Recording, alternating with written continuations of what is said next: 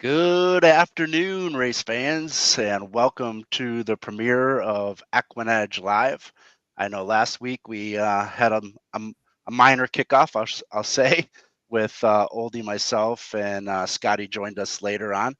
But now joining me today is my co-host and 2022 NHC Champ David Harrison. Good afternoon, David. How you doing, my friend? Okay, good afternoon, Mike. It's a pleasure to be with you, beginning the first edition of our Thursday show, and Awesome. I'm looking forward to moving this show forward, and might have a little growing pains in the You will. beginning and with a new partner, but we'll analyze some races and have some fun. I can promise you that. Have a few That's for sure. laps. And we'll be on till the ninth race or so at Keeneland. And we've got, I looked at the races. We got pretty competitive races at Keeneland, I agree. Gulfstream. Yeah. So, yeah, we're excited to be in a new endeavor, as they say. So, Yep, looking forward to it. Yep, me so also. I'm Yes. doing all the work here behind the scenes too. So we'll see how well we do here first gig, and we'll get started here. I know we got a couple minutes before Keeneland, so we'll get Keeneland kicked off here and Yeah. see how fast we get through this. All right. You want to kick it off, Dave, or you want me to? I'm ready. Yeah, I'll just kick it off real quick, so because we do have probably about 3 minutes to post. Hey, Patrick. Hey, Scott. Hey, Hot Rod. Thanks for joining our debut show. And since we only have a few minutes to post time, I looked at this race and I wasn't a big fan, in all honesty. I'm looking at the top Scotty pick of Mila Junes, who's 43% to win. But again, now we're dealing with a horse who's had filly, who's had two races, the last two races off a layoff on the synthetics at Turfway. Right now, we come to Keeneland, and it's a cutback, which I do like, but 0 for 2 at 7. So I mean, I couldn't get too excited about that filly. And usually, Mike, in races of 7 furlongs, which I think can be a tricky distance for some horses, Right. no one really shows any form. No one has won at the distance. And as far as I see, no one has won over the racetrack. So it makes it a little bit of a guessing game. But Right. if I was going to go with, I'm always looking for value, and I think I'm going to go with I take a little gaze here at the 6 Midnight Blaze, based on the class drop alone. I mean, the SOR is 54 in the last race, now 52.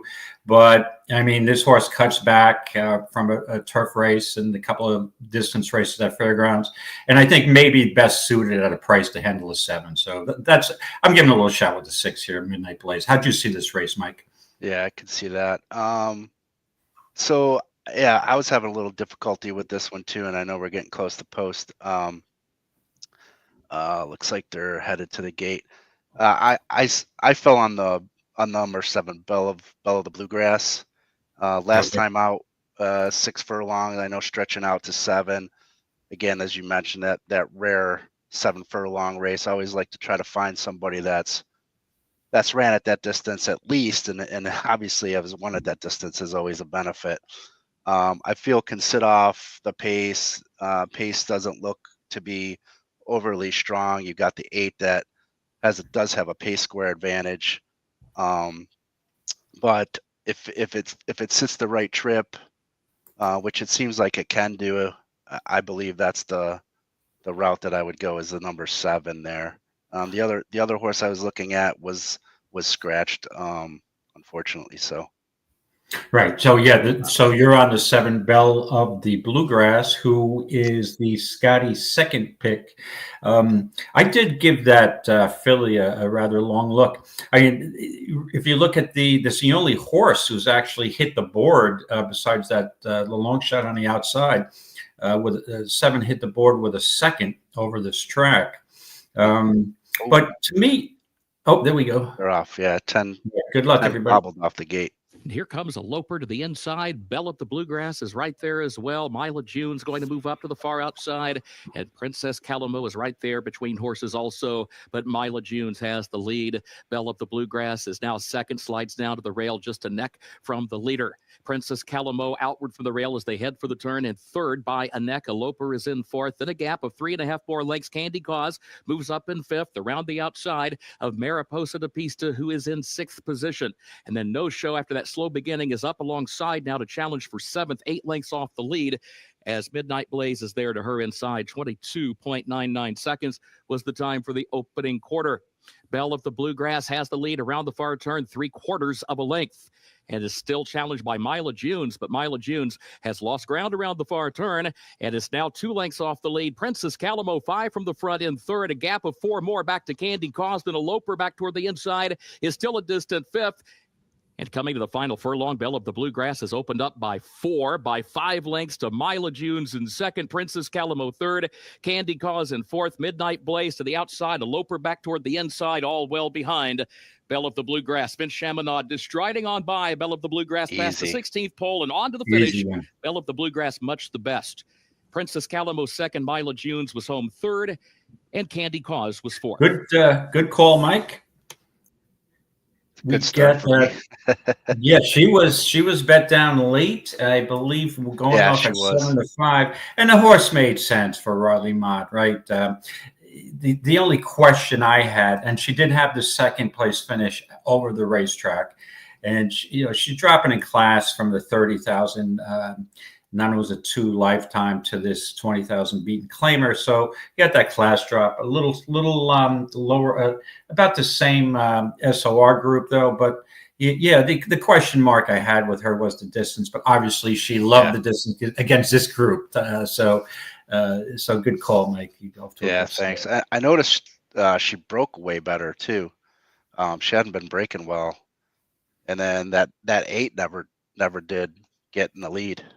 So she just kind of took the lead and later. Sure, they went almost 23 for the first quarter. So that at 7, that's a pretty advantageous to be right on the lead there. So I got a really good trip. Pretty impressive in this company here. Very cool. All right, who we got up next here? We got I believe it's Aqueduct Race 3. 8 minutes. Okay. 8 minutes to Aqueduct Race 3, and I believe I may have. I did put some notes in for the Big 8 today, and I think this is one of the races. So I'll start out. I'll start off here, so we have a big. First of all, let me go to the 3 Sorority Prank.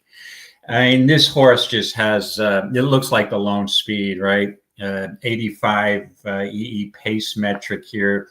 The next highest pace figure is the 1 Broderick. Yeah, the thing is, it looks good on paper, off a brief freshening, but if you look at this horse's record, 1 for 19 lifetime. I mean, 1 for 14 over the Big A surface with 3 seconds and 4 thirds. Which tells me something that this horse doesn't really love to win.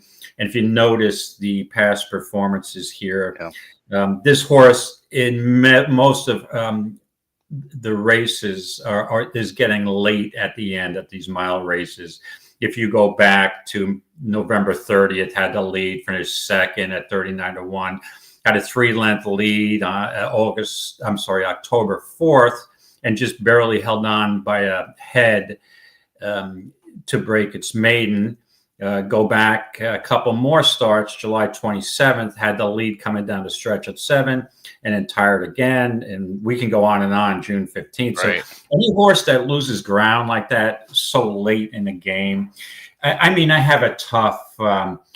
It's tough for me to really have confidence in this horse. But when you look at the 51% win number here, it's really tough to leave it out, right? Right. The other logical horse, what convinced me with Holton is, I mean, this horse has been rather flat the last couple of efforts. Another horse who tends to not love to break well. The workout is encouraging on April 3rd. We've got a bullet workout. So I think I prefer the 5 Holton over a tiring Sorority Prank. You know, I mean, I don't know. I haven't.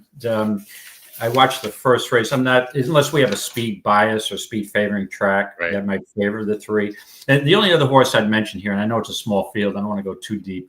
And I think Incantation has a shot on his best day. I mean, cuts back from 1 1/8 miles.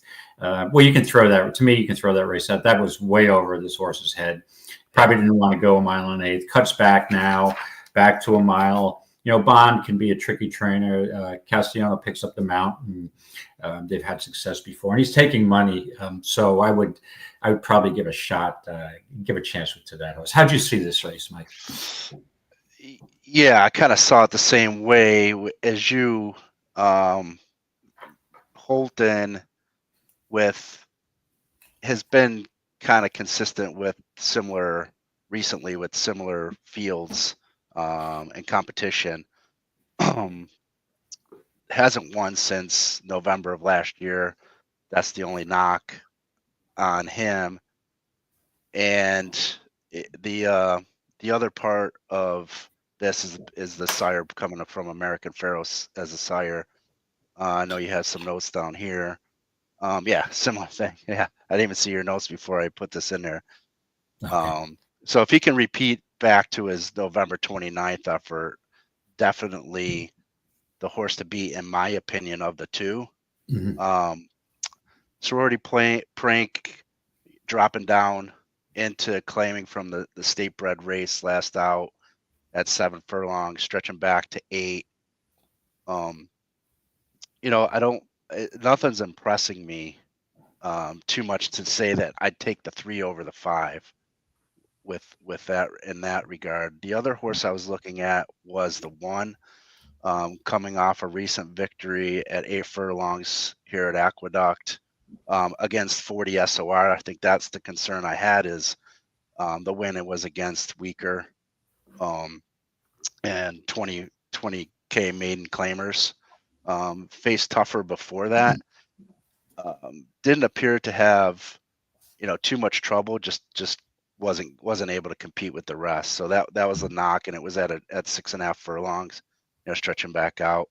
But that was the other horse I was kind of looking at. But I think, to me, the 5 is probably the logical choice. We could take. The pace. We can look at the race sim, but I expect the 3 to be out front. I don't usually run the whole play it through, Sure. Unless you want to, but yeah, no, I don't think that's maybe necessary, because yeah, I mean, you've got a small field here. The only thing I'm thinking that Sorority Prank is going to have pressure from both the 1 and the 4 with blinkers on. I mean, the 4 comes out of a few sprint races.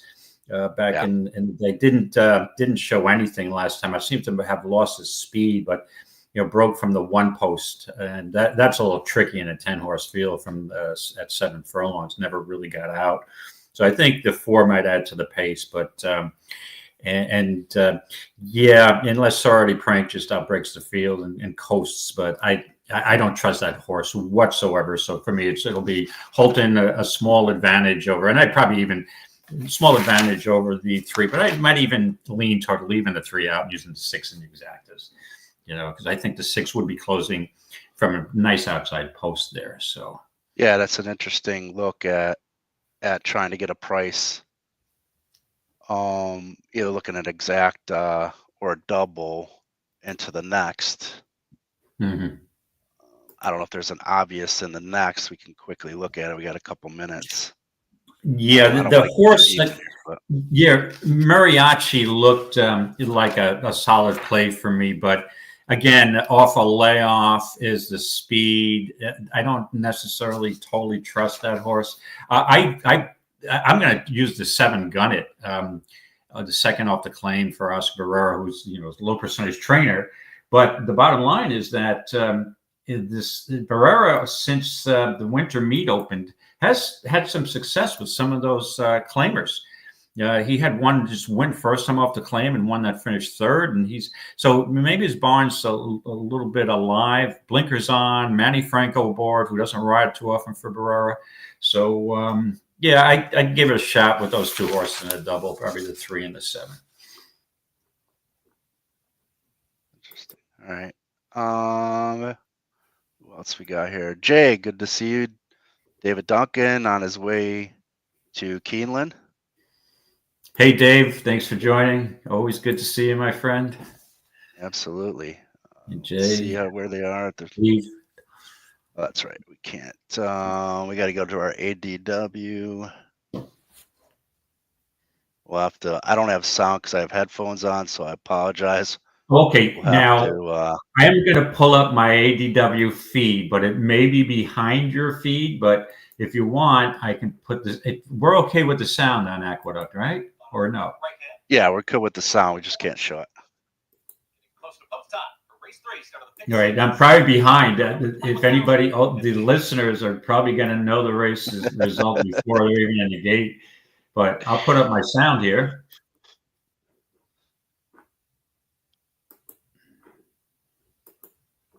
And like I said, we're going back to this fourth race here. I'm sorry, the third race at the Big A. I mean, Sorority Prank. When you have a horse that's 51%, win percentage on E, I mean, it's tough to leave out, right? It is. But I just, you know what I mean? It's just, I'm not feeling the love for this horse with that record. But yeah, obviously, if you're playing horizontals, tough to leave out. But I think I'm leaving out. Any short fields like that, horizontals for me, I'd take a pick. It's either the 3 or the 5. I would not play both. Right. And then I get the feedback like, "What are you, an idiot? How do you play against a 51% win? They win 70% of it, or finish first or second 70% of the time." I'm like, I think he'll finish third actually. So we'll see. Yeah, I think the other thing to look at too when we look at these EE metrics in these badges too, if you hover over them, you'll see the combination of top pace, win, SOR, and second pick. It's winning at 34%. That's lower than the 51%. Yeah. So that to me isn't a guarantee. If it's above that and then the ROI is greater than 0, then it's something I think is more considerate. Yeah, good point, Mike. Excellent point. And again, we're not dealing with a 10-horse field, so it's exactly with small field, and we're giving consideration to 3 horses. You got to take a stand. This is a race I would probably single if I was really getting into a serious horizontal play. But I'm going to try to leave that 3 off the win and play slots. Good luck, everybody.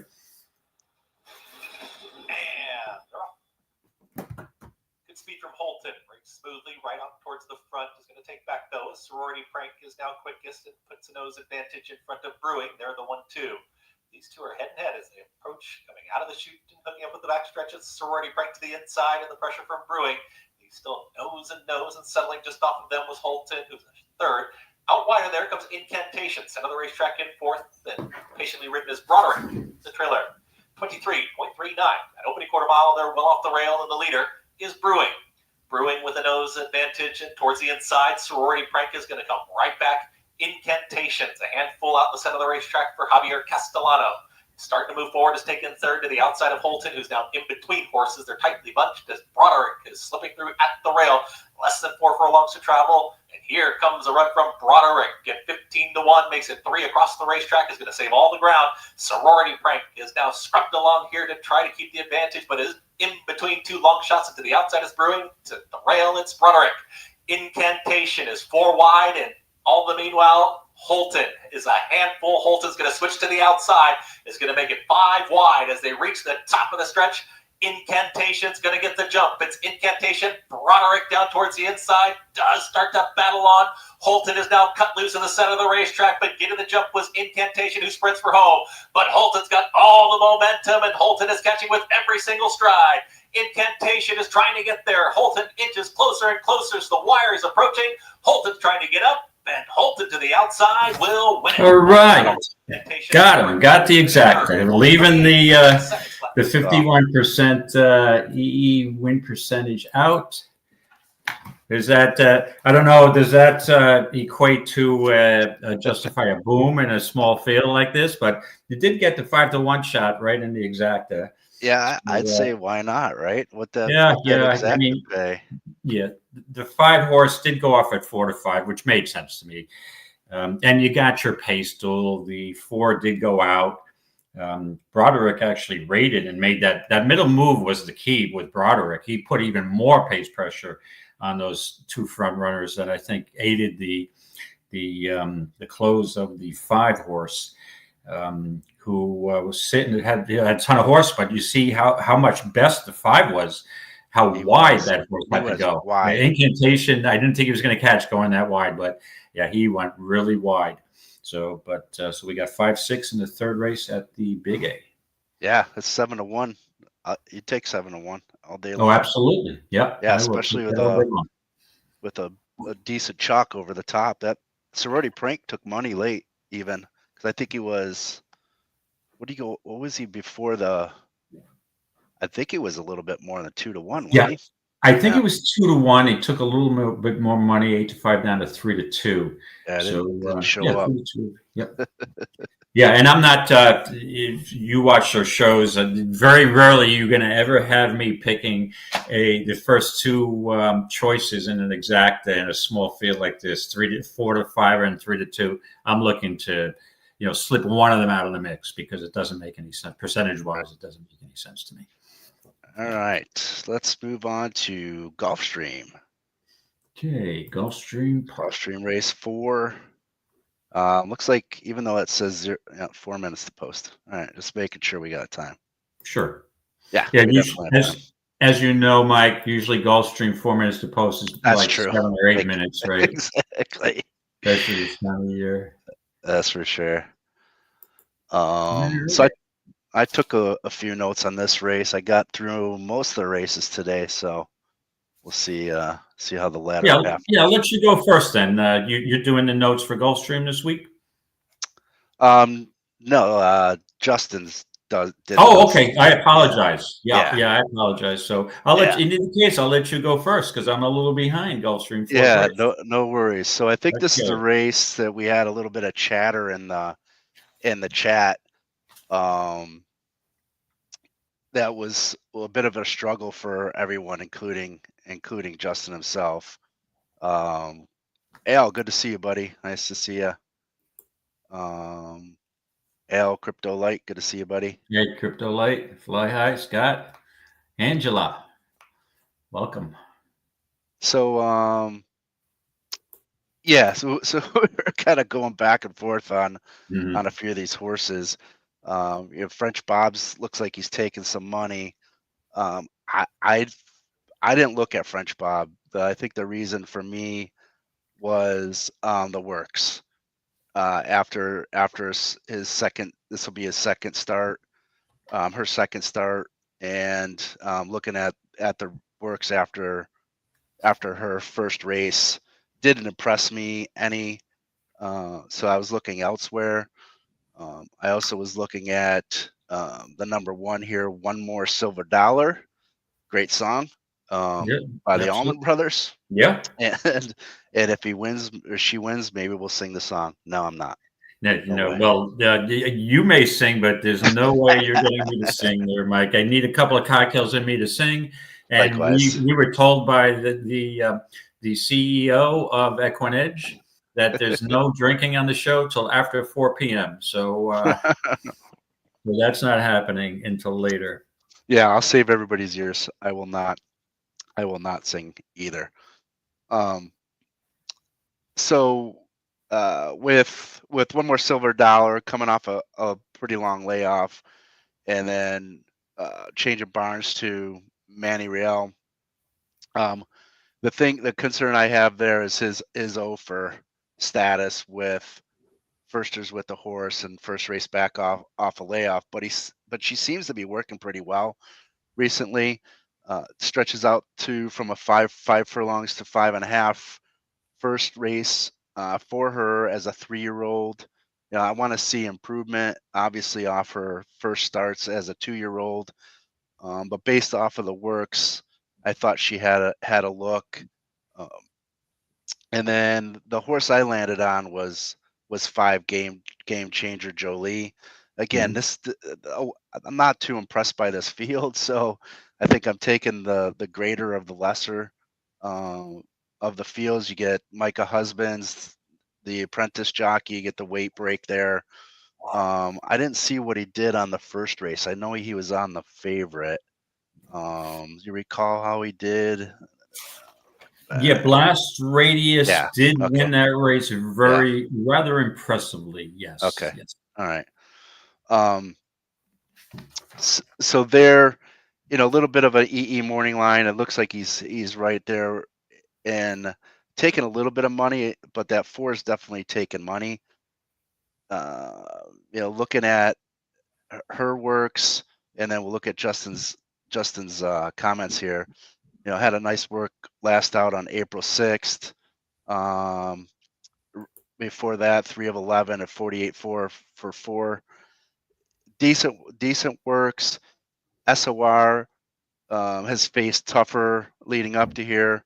Cutting back off the turf from her last go on March 2nd, returning back to the Tapeta and going back to the shorter distance and sprint. Looking at the GSR Plus, does look like probably bred more for dirt. It's interesting that they're giving her a go on both turf and synthetic here. But that, again, I just kind of fell on the 5 just based on the weight break and her most recent works.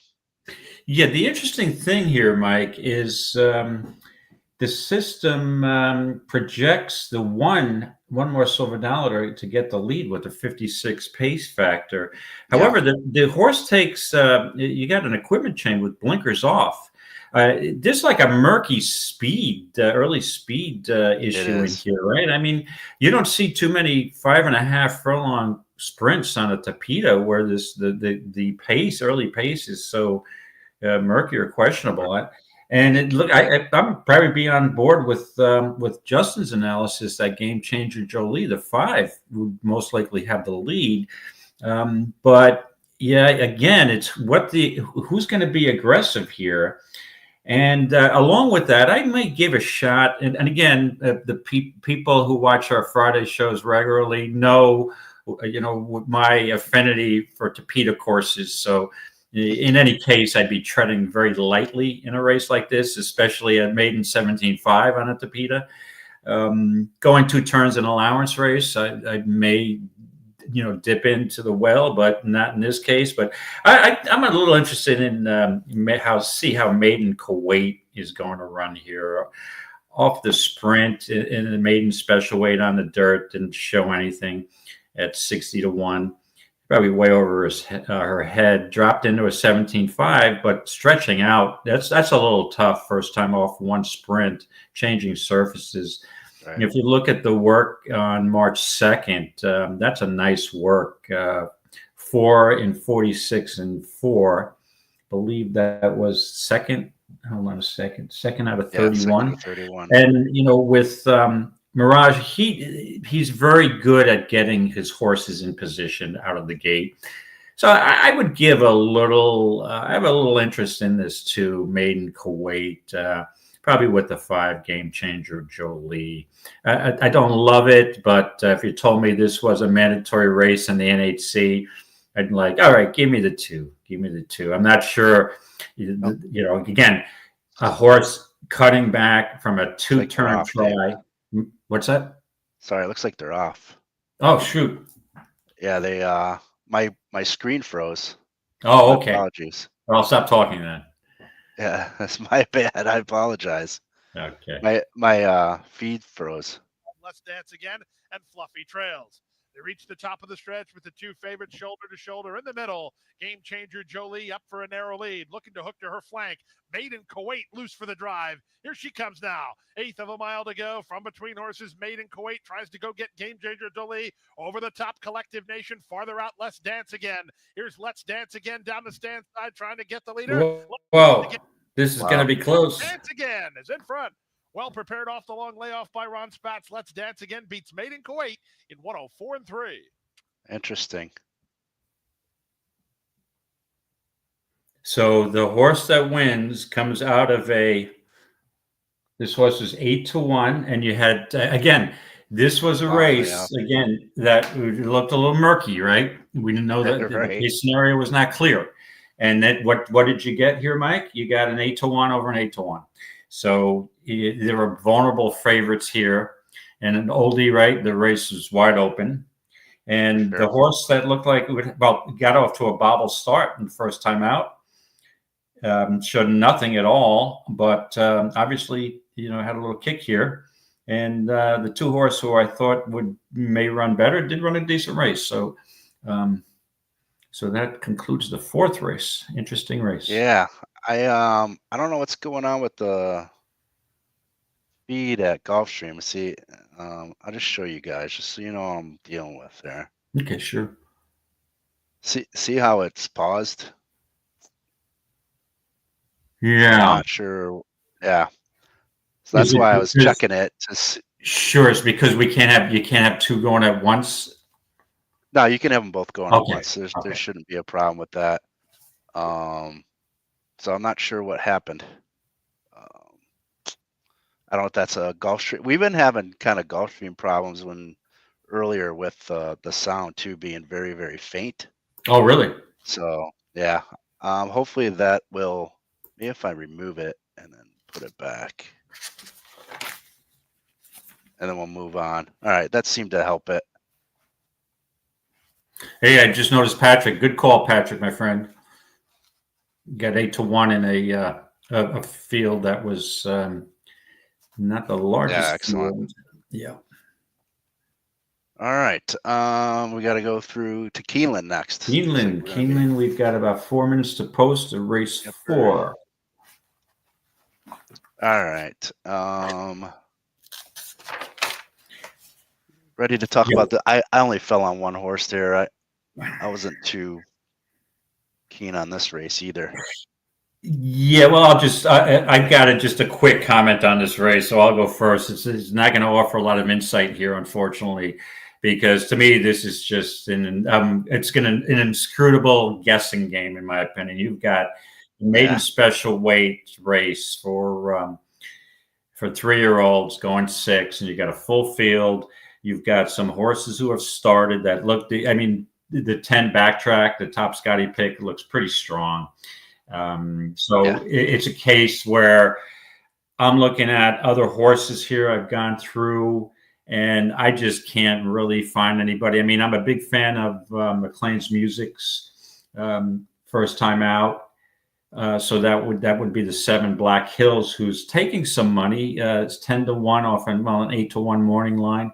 So I didn't go too deep. Riley Mott's first timer, the 2 could be a little live here. Free spin, the hard spun works are pretty steady. You got a few bullets back there. So besides, and also the 5. Oh, the 5's out. The 4 and 5 are out. So if I'm going to go I would probably go 3 deep here, 2, 7, 10, with not a lot of confidence in anyone here. John Ennis's barn is ice cold. He's got 12 starters at Keeneland and hasn't hit the board. So I think the 10 looks like a pretty solid play, but I'd be willing to back it up with a 2 and a 7. How'd you see this race, Mike? Yeah, I was kind of thinking the same way. As more of a default to the 10. Second time starter, not too many I don't like. Working okay. Since their his debut. You talked about the one with Vix, or did you talk about the one? That was the other one I was kind of eyeing up. Wasn't overly impressed with the works, but if we look at the race sim real quick, I felt if it could break early enough and get close to the lead, I felt it had a chance. And then the other one was 7, I think you had mentioned, for Ennis. Had that bullet work last out on April 9th.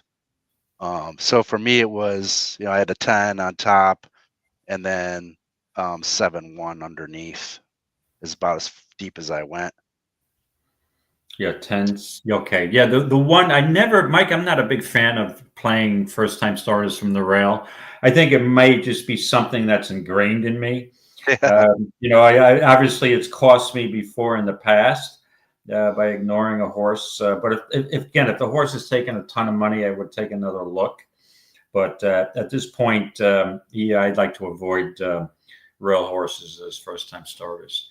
But the 10 looks too logical to me here for Joe off the. Now again, you're going to have a transition with the 10 from the Tapeta over at Turfway, which did show speed at 5-1 and tired late. That's a good effort, and had a little bit broke in at the start. So this horse, as long as it handles the surface and it's got some good works on the dirt, so I don't see a problem with this horse. So I think this horse will be pretty tough to down.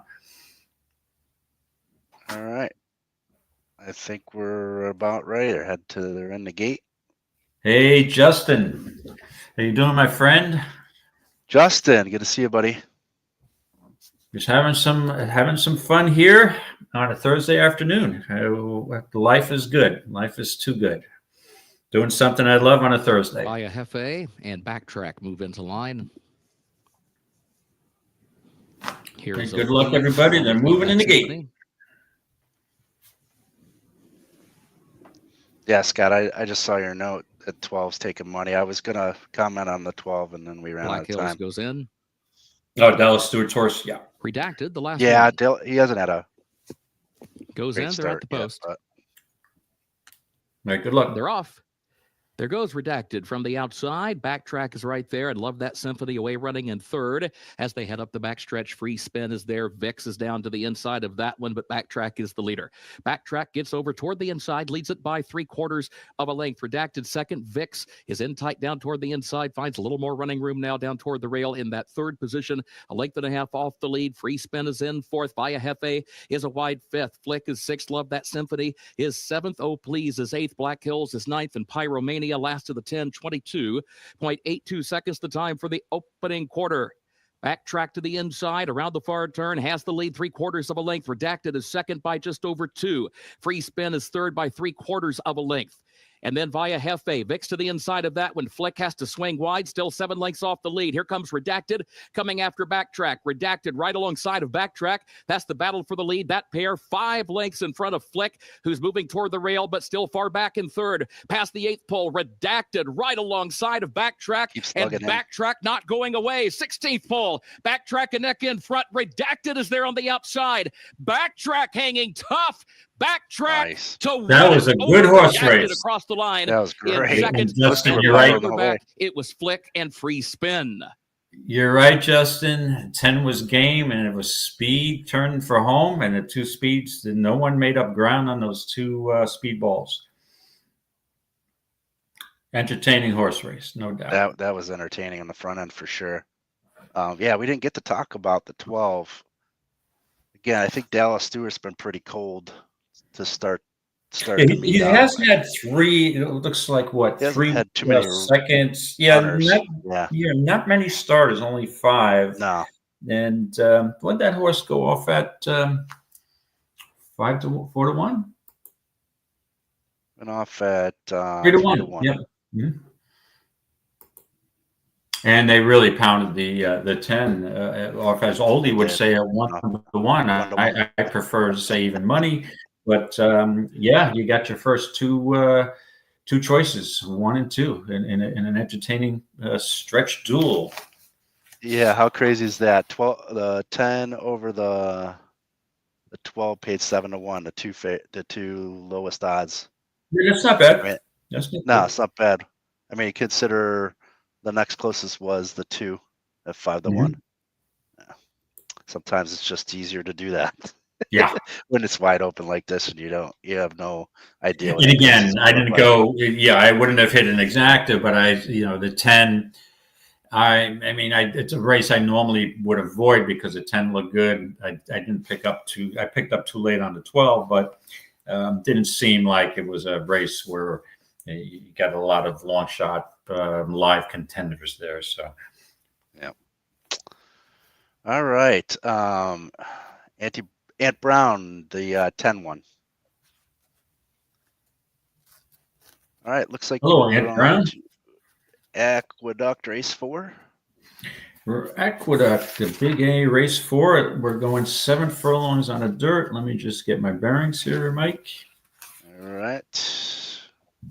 Okay, yeah, these are some of my favorites. These hard-hitting claimers have been around for God, it seems like forever. We got late scratches of the 1, Return the Ring, and the 3, Wine Responsibly. Again, we've got a claim in this race, Brad Cox claim with Manny Franco board. I mean, and the way I look at it, Mike, when you see a Brad Cox claim and look at his numbers first off the claim, yep, man, it's really very difficult to leave that dude out, right? I mean, exactly. I'm reluctant because I know this horse, Nurstenstein. He's had a couple of, Ray Handel was training him in Toscano, and rest in peace, Mr. Toscano, Wayne Potts, and even, I don't want to disparage any trainers, but the way Wayne Potts is going, if Wayne Potts can have success with this horse, it's got to be a good horse. And no offense, Wayne, I've met Wayne before. I'm just kind of good-natured busting, but his barn has been cold. And, barns get on rolls like that. I mean, right. You get on a cold roll, as a horse player, in my opinion, I think you want to avoid those barns.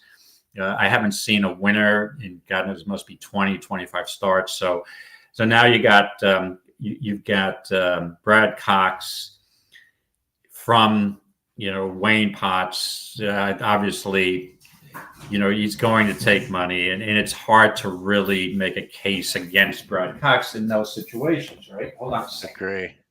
No problem. But, he's not a lock. You've got a 2-1 favorite here.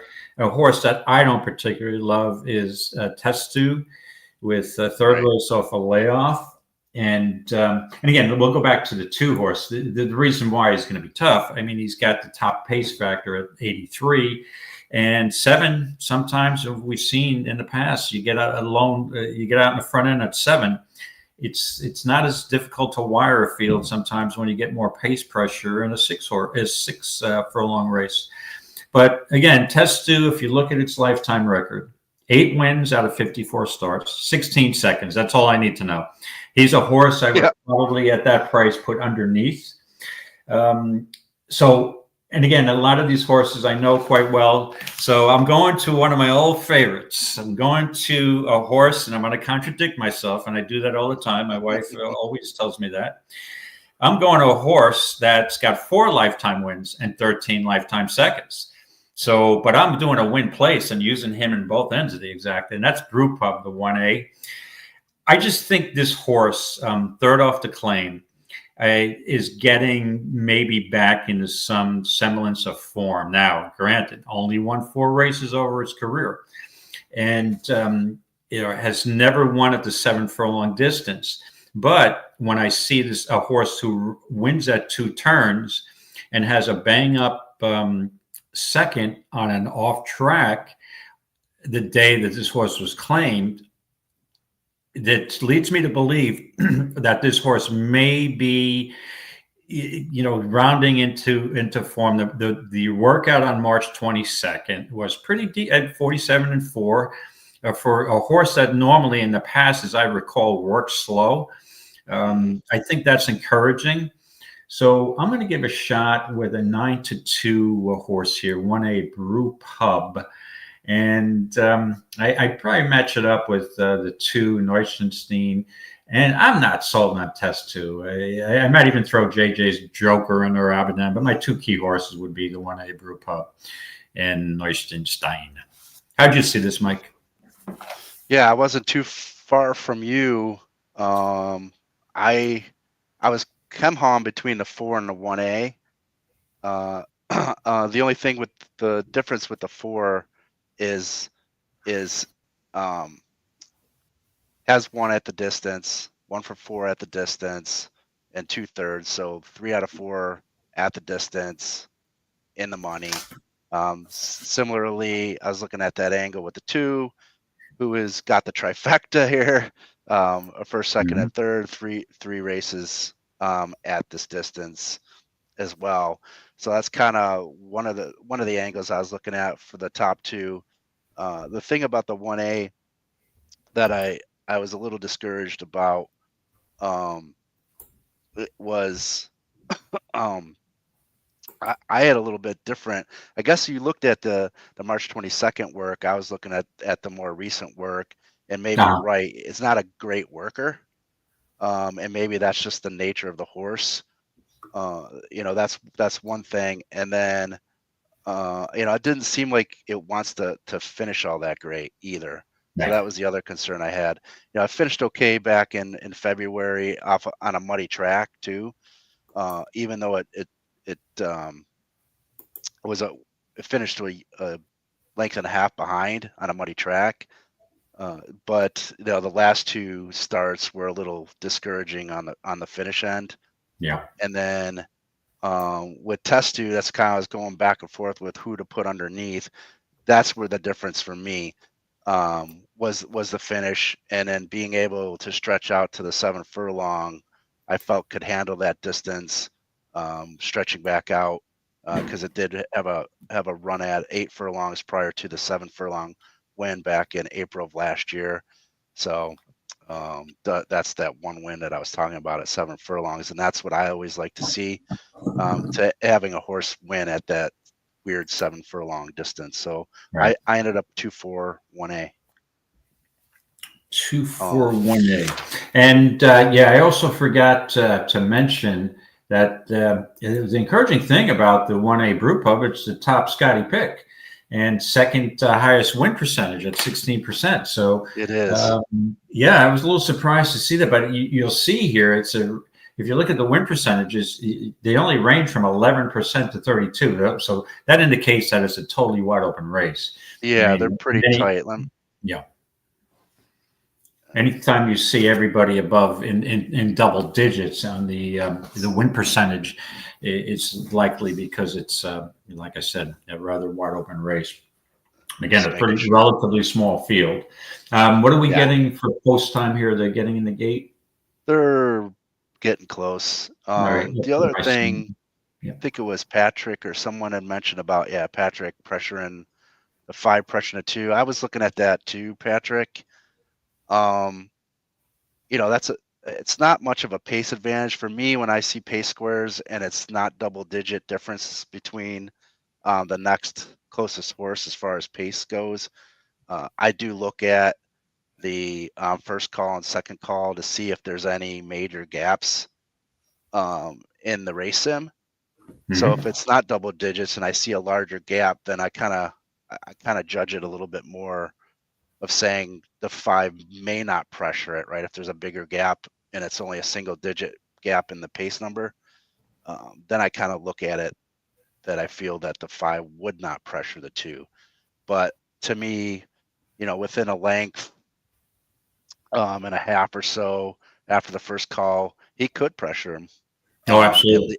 And leave it up for someone like Test 2 to pick up the pieces late. Yeah, and I'm hoping, Mike, that it's the 1A Brew Pub who picks up the pieces late there. And I'm not there's a lot of these claimers have been around a long time. I mean, this Test 2 horse, the 4-horse, it's a 9-year-old horse. So, I mean, I've seen this horse run some more times. Yeah, 1 for 10 at Aqueduct is all you need to know. And you're never going to convince me to play a 1 to 10 horse that's 1 for 10 in his career as the favorite. It's not going to happen. Yeah. So good luck, everybody. You probably know the results already, but here we go. If I can get the sound on. Two, the early trailer. Speed from in between horses. Aberdeen is right there, is now put a nose in front, and Brew Pub towards the outside is ready to challenge those red blinkers. Brew Pub is under a snug hold here and worked along towards the inside as Aberdeen is trying to keep up. They're 1-2. Just selling off of them is JJ's Joker is now third. Room at the rail and moving on through is Neuschwanstein. Wants to move up closer and will. Taken back is going to be Aberdeen, is all the way back to fifth. Got shuffled back there as they work up the backstretch through a 23-1 opening quarter mile. The leader is Brew Pub, who's a half length in front. JJ's Joker towards the outside of stalking second. At the rail, there's Neuschwanstein, and here comes Honorary Degree. It starts to rally on with Tetsu. Tailing off there was Aberdeen, is now the trailer. It's about 6 or 7 lengths at the back end of the field. The leader is Brew Pub, but they're swarming this leader from every direction. At the rail, here comes Neuschwanstein, is trying to muscle on through here. Ground-saving journey. JJ's Joker is in hand. It's these three across the racetrack here as they reach the top of the stretch. And JJ's Joker sprints for home. Tetsu is now unleashed down the center of the racetrack. At the rail is Neuschwanstein. Can JJ's Joker and Dylan Davis get there? A furlong left to go. Tetsu is ready to challenge towards the outside. JJ's Joker is very game. JJ's Joker just keeps on going. JJ's Joker the field wins it. See, this is what happens when I said I wouldn't disparage a trainer and you want to be off the bandwagon. When a trainer barn is ice cold, well, boom, you've got there you go. I just slammed with a 13-1 shot by Wayne Potts.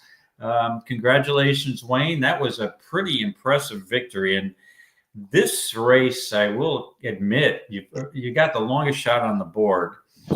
Horse that I've played before, it did finish second last time out, but it seems like it runs the same race every time out. But I was surprised the way the pace developed. Yeah, I was laughing the same way. Patrick obviously laughing during that race. We certainly didn't have the pace. Yeah, that Brew Pub was up on the front end there. It was. It encouraged me. I'm like, yeah, I was right. The horse is rounding back into form, but only with early speed, it appears, because he just stopped. And the other speed, Neuschwanstein rushed up on the rail, and he kind of packed it in. So, if anything, at least we know from watching the first 4 races here that it appears that there's it's an even track, and that's a good thing to see. Looks like you can win probably from anywhere today. But yeah, thanks, Justin. He got me. Yeah. Seems like that happens. Yeah, but again, you're looking at, if you're looking at this horse's lifetime record, right? He's 1 for 11 at Aqueduct. And so the 4, who was 2-1, was 1 for 10. 4 was 8 for 54 lifetime. And the 6 is 3 for 26. The point is, if you're going to take a horse who's got a 3 for 26 and a 1 for 11 lifetime record over the track, you want to take 13-1 and not 2-1. So, That's but right. I didn't have it. It probably, in hindsight, looking back, it was probably beneficial for Dylan Davis to get the mount back a second time. He stayed with Wayne Potts in this horse. So it's something that maybe we missed on the handicapping analysis here. But congratulations to Wayne Potts and Dylan Davis. I didn't see it coming. Yeah. All right. Well, we'll mark that one down as, oh boy. Yeah. All right, Gulfstream. Looks like Gulfstream Park Race 5. We're on the turf. And who says you can't get value at the Big A because of the small fields? Okay. All right, there you have it. Just answered that. Yes. All right, Gulfstream. We're going to the 5th race, correct? Yepper. We'll just run the race sim. We haven't been running race sims. We'll see how it looks. I grab my notes. Okay. I got mine.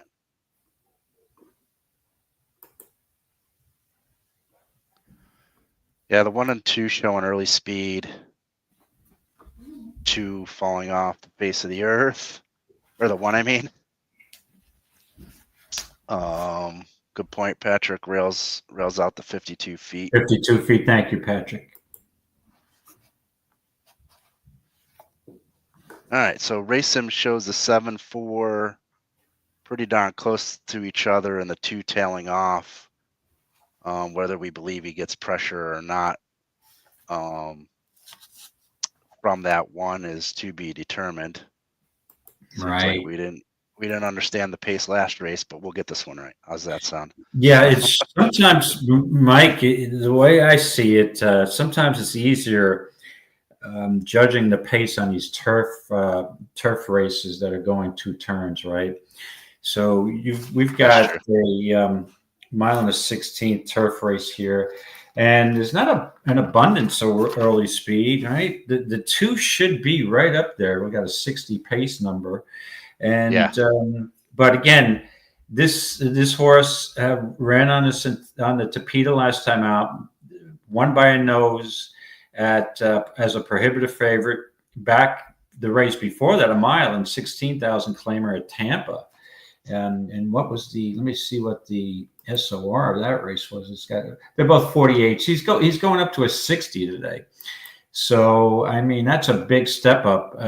It's probably going to take some pace pressure from the 1, Band of Roses. I don't know if I don't like either of those horses. I don't think Smart Spending, that outside post, doesn't this horse no favors. However, it has won 4 races over the Gulfstream Park turf course, and has been racing basically recently on the Tapeta for 10K.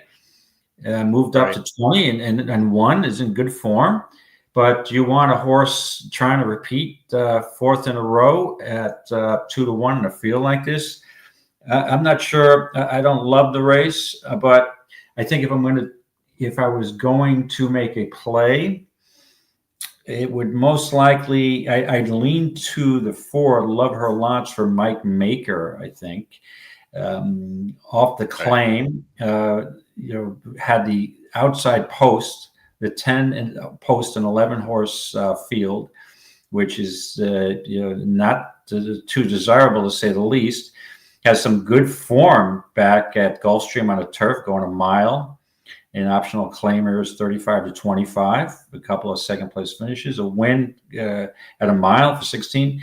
The horse is 9 for 16 in the money over the Gulfstream turf course. I think. I don't love her lots, but I'd love her just enough to make a small play. So I would be leaning to the 4, Love Her Lots, which is the Scotty top pick in the 8-5 favorite here, and the 45% win percentage. And the players who know me, it takes me a lot to play chalk, but I think this horse looks pretty solid here, the 4. How'd you see this one? Yeah, I was between the 4 and the 7. The 4 has been facing tougher than most of the rest here. I expect her to sit. We look back at the first call, second call, to sit right behind that pace as well, and I expect it to be. Again, I'm not sure if that 1 horse is actually gonna the pressure to 4. That's the concern I have. I mean, if it doesn't, the 4 could wire the field. But if she gets any kind of pressure, I'm sorry, I got them mixed up. The 2 gets any kind of pressure, I think that's where the 4 can sit off the pace and pounce. I had the 2 mixed up, and then the 7 is the one that we talked about. Can she win back-to-back, adding that half furlong on the turf from her last start, faced about the same, needs a pace to run into, pretty obvious here with looking at her past performances, whether it be on the synthetic or the turf, definitely needs a pace to run into. You notice her win percentage were pretty low in those last 3 races, and still able to pull off the win at pretty decent prices. Yes. So can she do it? I mean, getting bet to 4-2, right close to the EE morning line. So if you're, I think Justin had it. What you have it 4-7-2? Yeah. So we're on similar horses, Justin, and looks like you spread here. Or no, 2-4-7. Okay. So 2 we didn't talk too much about. That's the horse that could be on the lead. And the one that could wire if he doesn't get it, she doesn't get any pressure from that one. Right, and you've got Paco with the mount, so you would think with everything else being equal, Paco will gun. To see how it'd be interesting to see how much pace pressure the one puts on. But again, the pace makes the race, and Lone Speed's always dangerous. I don't love the horse, but could I foresee a scenario where the 2 wires a field with Paco aboard? Sure. I'm not sure. I think I need to get more than 4-1. Actually, 3 to. I need to get more than 3-1 to make that a play in my eyes. But I could see that scenario. Yeah, Justin, have a good day. All right. Are they finally going to the gate? Thank you. Okay, they're going in the gate. Yeah, Justin, thanks for joining in for a bit. And enjoy your rest of your workday. And Strand of Gold both holding at 3-1. Clear 2, 4, 5, 6 contenders here. Amazing Queen and Smart Spending the last round of line.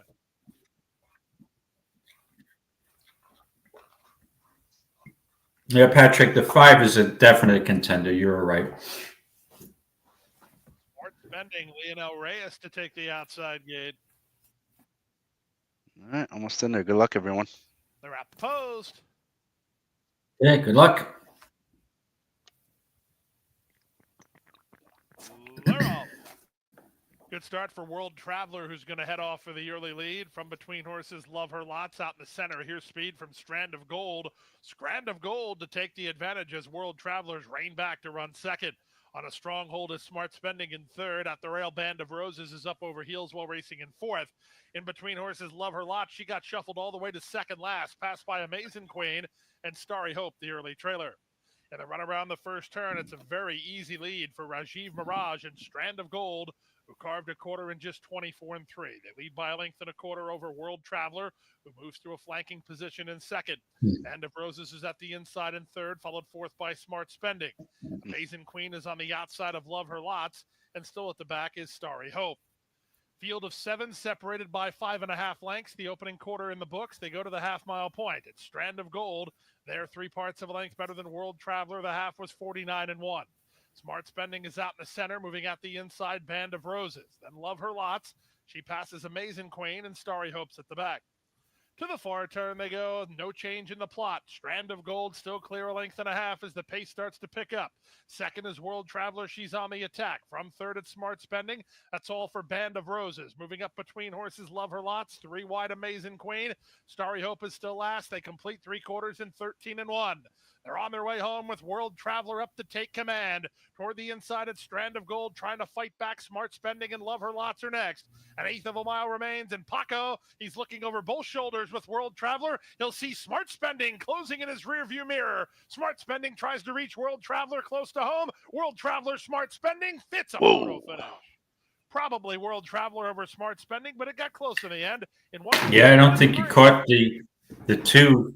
Looks like Paco held on there. Yeah, it was close. Let's see if they show how quickly they show the replay, the finish here.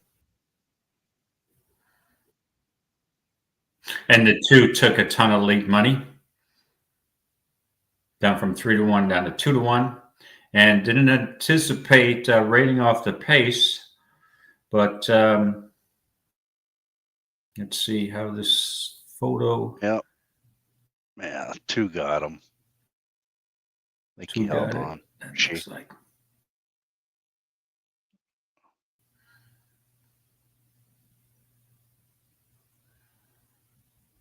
Yeah. Yep.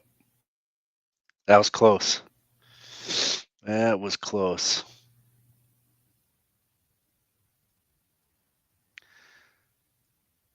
So yeah, we were wondering where the one was going to pressure the 2, and that 5 took the lead.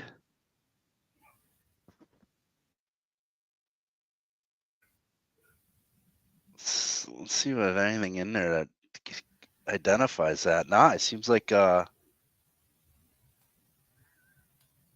Aller, yeah, nothing in her PPs said she wants the lead. That's interesting that she took it, but.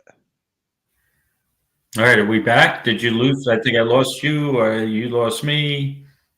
Can you hear me? I can hear you. I can hear you. Can you hear me? Huh. Okay, good. Yep. Okay. Yep. I'm good. Yeah, that was a little glitch there. Yeah, it seemed like it had a stoppage. I don't know if everybody could hear me. I was commenting on how the 5 took the lead there. We didn't expect that. Yes, we didn't expect the 5. I couldn't hear you, but yeah, if you look at it, going back, I hate to, as they say, red board, but I mean, you look at this. The World Traveler had a 60 pace number, whereas Stranded Gold only had a 22. So that Stranded Gold had a clear lead, and the 4, who had a higher pace number, early pace. I mean, it didn't make sense to me, but like I said, Mirages, both of them, Rajiv and Romero, they both seem to get their horses out in position on the front end or stalking. So I think that's more of a function of the jock style than anything else. So a good win for the 2 over that hard-hitting 7 horse, Smart Spending, who race. Almost won her 4th in a row. She's in good form. All right, we'll have to quickly go through race 5 at Keeneland. Okay, looks like we got a couple minutes, so we won't be able to elaborate too much. Race 5 at Keeneland. Yeah, I don't have to elaborate too much because I'm banking on I'm trying to get the cash here. Do you want to send it to me or just give it to me through my ADW? But I will tell you that I'm thinking the 5 is just going wire to wire here. So I'm just going to be on that 5 horse send cash.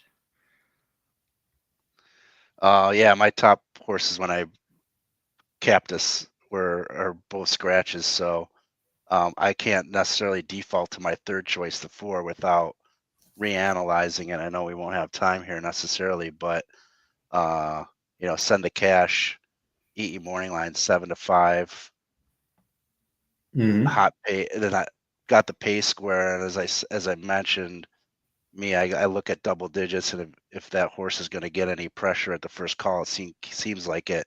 So that gap is a little tight for me, and probably why I was leaning on the 4 as one of my selections to get the late run on the leaders here. But yeah, without having to recap it, I won't be able to give you any better guidance than that. So they're going in the gate. Yeah, so I'll just go with the 4 as a default. But I can't argue against that 5. The only other horse I want to shout out is the 13, who draws that outside post. But sometimes that outside stalking speed, it could be good there. So that would be my second. And they're off.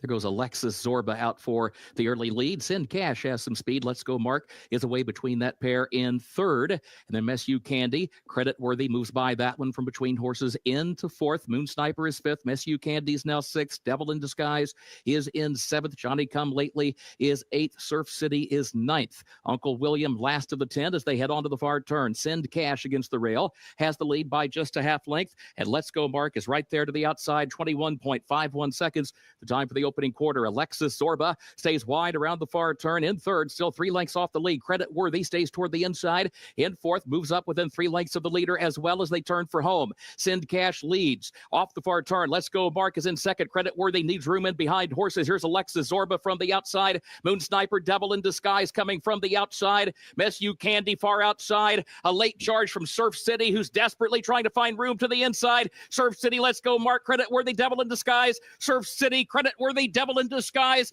These three come to the front together, down to the wire. Wow. Surf City, Devil in Disguise, Credit Worthy. Surf City, John Velasquez, the rail ride to win it. Wow.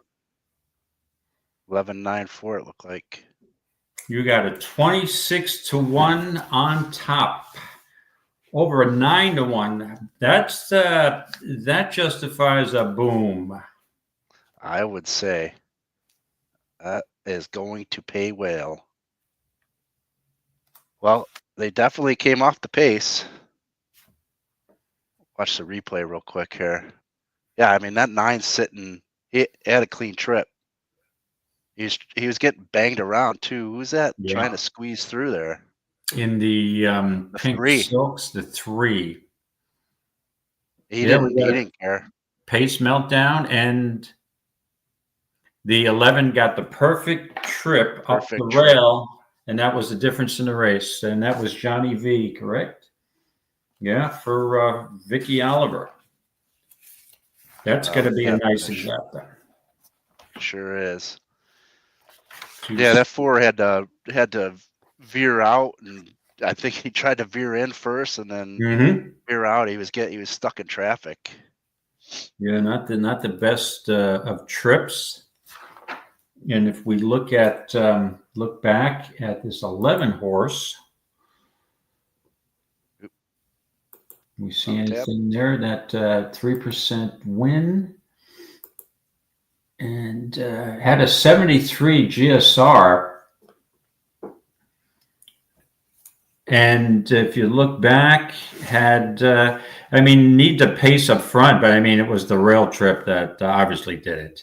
I think it was the rail trip. Yeah, 1 for 10 lifetime, and you can off a layoff. Yeah, it's a hard horse to, in all honesty, at least for me to come up with. Other handicappers may have an easier time, but and knowing he got dusted on June 27th by Send Cash, and Pat, it was a pace collapse. It was fast. The 5 just set just a real contentious pace, and when pace collapses, anything can happen. Is whoever gets the best closing trip, and that was Johnny Veal on the rail. Interesting.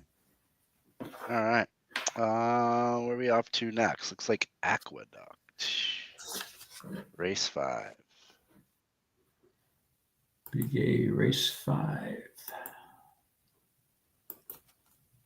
All right. Let's see. All right, I think I can kick this one off. Looks like we got a few scratches. Yeah, race 5. Yeah, we're going 6 furlongs on the dirt. Obviously, we don't have any turf. We got the 1 Acoustic Ave is out, and also the 6 MB's Money. Yeah, 4 was by far the best horse. I added that horse mistake. Okay. All right, Mike. The way I saw this race, again, this is another, in my opinion, any of these horses here can win. Mariachi is coming off the layoff for John Kimmel. 49% win percentage. Has got an 85 pace, but then, I've seen this horse. This horse is a 5-year-old with 11 starts, pretty lightly raced, and obviously he's got some issues staying on the track. But once he gets off to a lead, sometimes this horse is real difficult to catch. He's won 4 races at 6 furlongs. Yeah, the question mark to me here at even money is the layoff. And John Kimmel is a 15% overall trainer, right? But first race back in 159 days. And Kimmel's numbers are only 8% with comebackers like that. So just off that angle alone, I may want to avoid that horse at that price. this is going to take money from Cold as Hell. And, I'm not going to disparage Wayne Potts anymore because he's going to give it right back to me. So, but I don't know if he can win here. He looks a little more like a stalker to me, where Mariachi, I think, needs to have the lead. So I could see a scenario where the 3 gets the lead, the 2 presses, stalks, and takes over. But the horse I'm trying to get home here, Mike, is the 7 Gunnet. Second off the claim, Oscar claimed his horse for 32, moved it up to 62. The issue, it was basically from a 64 SOR to a 70, now back to a 68. So even though it's coming down back to the claim level, it's a little tougher SOR group. And now had cut back in that last race from a mile to 7, now cuts back to 6, which I think this horse, if the 3 and the 2 go at it, this is the horse with blinkers on, with Manny, should stay a little closer to the pace, I would think. And with Manny on, just makes me convinced that this horse has a legitimate chance here. And at the price is the 3rd choice now. Let's see, 3-1, tied for the 3rd choice. I'll take that 3-1 price. I would hope to get 7-2. I'd prefer, because I thought he'd be the longer price than Spun in 1. But at that price, I'm going to single gun it, the 7 horse. Now, it is for a low percentage trainer, so I acknowledge that. But It seems like Oscar has had pretty success or a decent amount of success with claims that he's made during the winter meet. So at the price, I'm going to give a shot with the 7 Gunnet. How'd you see this, Mike? Interesting. I have Mariachi on top based on the class mainly. I realize it's coming off a long layoff and Kimmel's not all that great. That was the knock that I had against the 3. Mm-hmm. A 2 Cold as Hell, kind of strange name for a horse. But I would think you'd want to name it Hot as Hell. But you got your buddy Potts. And the thing with the 2 is that seems like it doesn't finish all that well once on the lead. The only time recently it's won was where he didn't get the lead back in November. So, back to looking at the first call on the pace, the 2 and the 3 could easily battle, and your 7 is one of them. But the other one I was looking at was Spun in 1. Again, maybe difficult for Dutrow to get this horse to come back and win again. Does go back to 6 furlongs. Looking at the GSR plus, I don't think it really, actually it's kind of in his favor. Going back to 6, 1 last out at 6.5, against easier. If it can improve off of that win, I think it has a chance at a price at what is actually the 3rd choice, right? Currently. Again, that's assuming late kick in the stretch of the 2 and the 3. It'll be interesting because I was looking at that Gunnet for a while too. And I think the only thing I was discouraged about is the distance cut back, and sometimes I like it, sometimes I don't. And then the trainer, I do like Tappets, but that's kind of the only difference between the 7 and the 5 that I had. I thought the 5 had a better finish. I can see that, and has experience at the shorter distance. Yeah, and Spun in 1 overall has been facing some tougher customers. In the 80,000 optional claimers last year, 50,000, 62, a little higher SORs than some of the. But Gunnet also faced some more difficult competition, and I think they both at that price have a shot.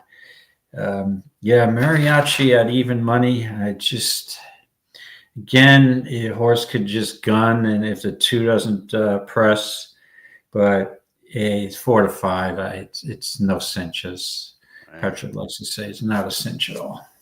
All right, looks like they're. All right, I'm going to put the sound on, and again, just keep in mind that everybody in the chat room who's watching the race, you may be about a minute ahead of me, and my apologies.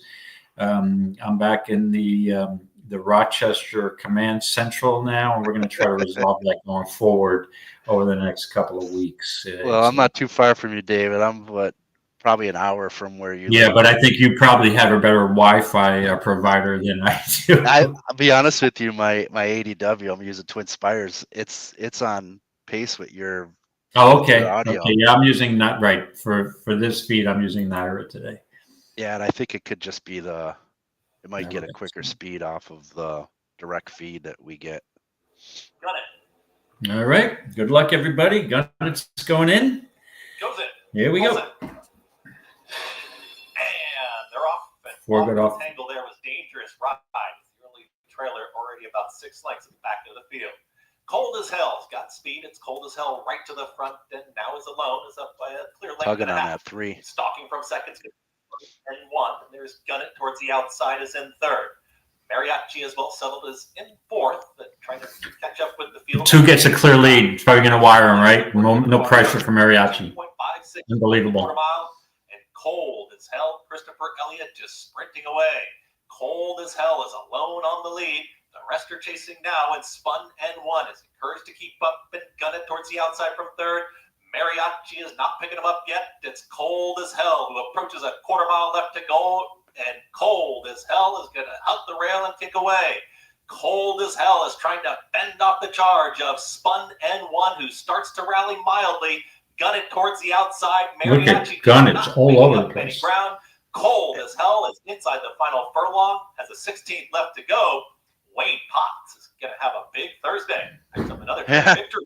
Well, my house is plugged up for second to 2 grays. That's all you needed to know. But, and again, not looking back, I mean, if you could tell me that pace scenario where Mariachi doesn't get the lead off the layoff. Sorry, David. Go ahead. No, if Mariachi, I've got to watch the replay, but did Mariachi just get off entirely slow? Or, I mean, this horse has never really sat off that far. And to me, Mariachi needs to be on the lead. Once the horse doesn't get the lead, it's got no chance. So then you give Cold as Hell at 5 to 1 a clear early lead and the game over. I mean, I don't know how you predict that scenario, but it is horse racing. And congratulations, Wayne. I'm going to bring you some luck going forward. Now I'll be jumping on your bandwagon, so please don't go cold on me again. Barn is starting. I think we can conclude that the Wayne Potts barn is starting to heat up. Would that be a good? I concur. Yeah, that's crazy. I was noticing that Kendrick was really raining on that, was tugging on 3 down the backstretch. Showing the replay real quick. He didn't break all that. No, he just didn't seem to. And again, when a horse is laid off from November, he didn't want to go between horses there. No, he got cut off. He got pinched at the start. But then he normally, knowing, watching these, again, Mariachi's lightly raced. So obviously he's got some physical issues, which always concerns me. Yeah. These stops and starts. But, I mean, he just didn't have his typical speed. And he was working well. I mean, he had a bullet workout on March 26th. But again, I think you overall made the right decision on being skeptical on that horse off the layoff. And but I thought it would be a scenario, Mike, where we have the lead to the top of the stretch and just completely collapse. Right. And because he needed a race, but not showing a lead. But it is what it is. So, all right. 5-2-7-5 at the fifth race at the Big A. All right. Moving on to Gulfstream Park Race 6. Gulfstream Park, race 6. We got ourselves maiden claimer 25, 6 furlongs, 3 and up. Looks like all the conditions there. We got a little time. Okay. Gulfstream Park. Let me just. Did you want to go? I didn't have. first? Yeah, I can go first. I didn't really have a strong opinion. Okay. I'll look at the 4 right now is the favorite EE Morning Line. Had it at 5-2. Currently 5-2 on the board. Next closest is the 10. It looks like Admiral Nelson. I almost called Admiral Dennis. That's a Derby horse that didn't run all that well during the. We do remember him. Yep. Yep. So I really wasn't on the 4. The second time starter off a layoff for Plessa. He's 18% first race back, 23% second time starter. The works weren't all impressive for me. First time, so off the layoff first start as a 3-year-old, and I thought was a vulnerable favorite. And then I also was looking at the 5 here in Mohawk River. At for Pinchin. I think there are 2 Pinchin horses in here. Yeah. So I was looking at both Pinchin horses, the 5 and the 7. So Mohawk River, the 5, has run at this distance pretty consistently, and I forgot I didn't write the stats on, so I'll go back. Is 3 of 8 at the distance, three third places out of 8 for the distance. So I felt if anything's going to happen, I think it'll run possibly in the money in the bottom half of the verticals. And then the Pinchin that I was more interested in was the 7. For me, has run against similar, is cutting back from the 6.5 furlong, has tried every condition out there.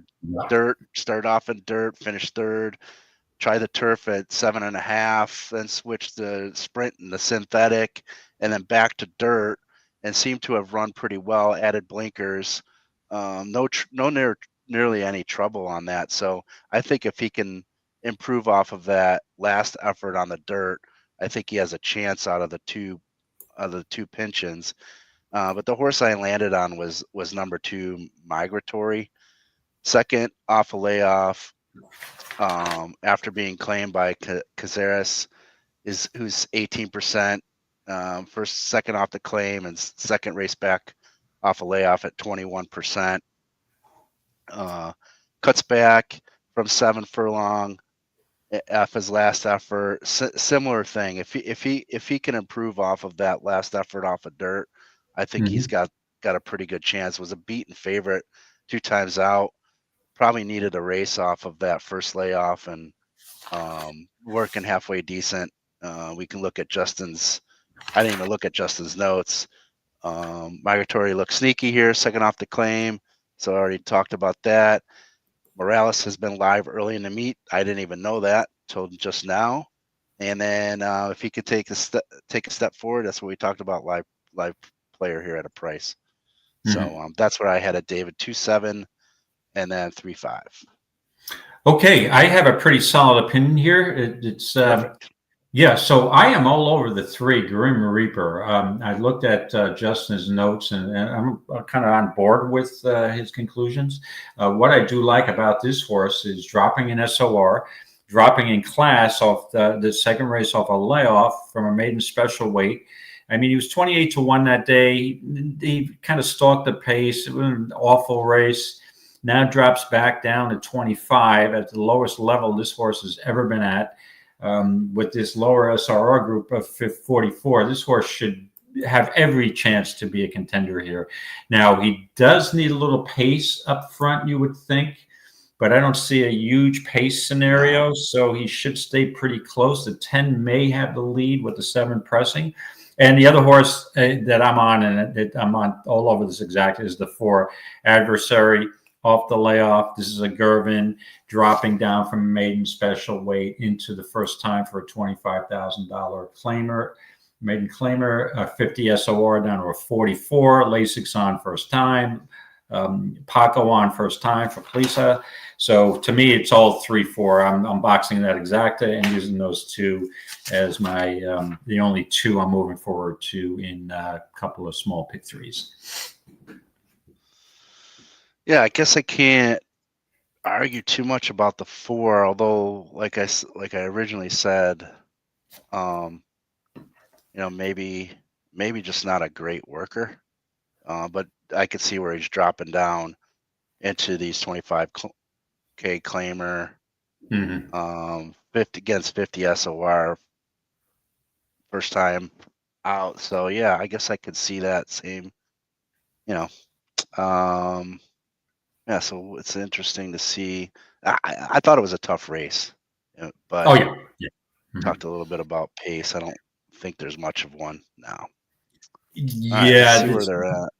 Yeah, I could in a race like this. I was looking for other contenders, and I knocked holes in almost all of these these Colts and Geldings, but the 3 kind of stood out with me with the class trap. And now the 4, I prefer to see 1 race back.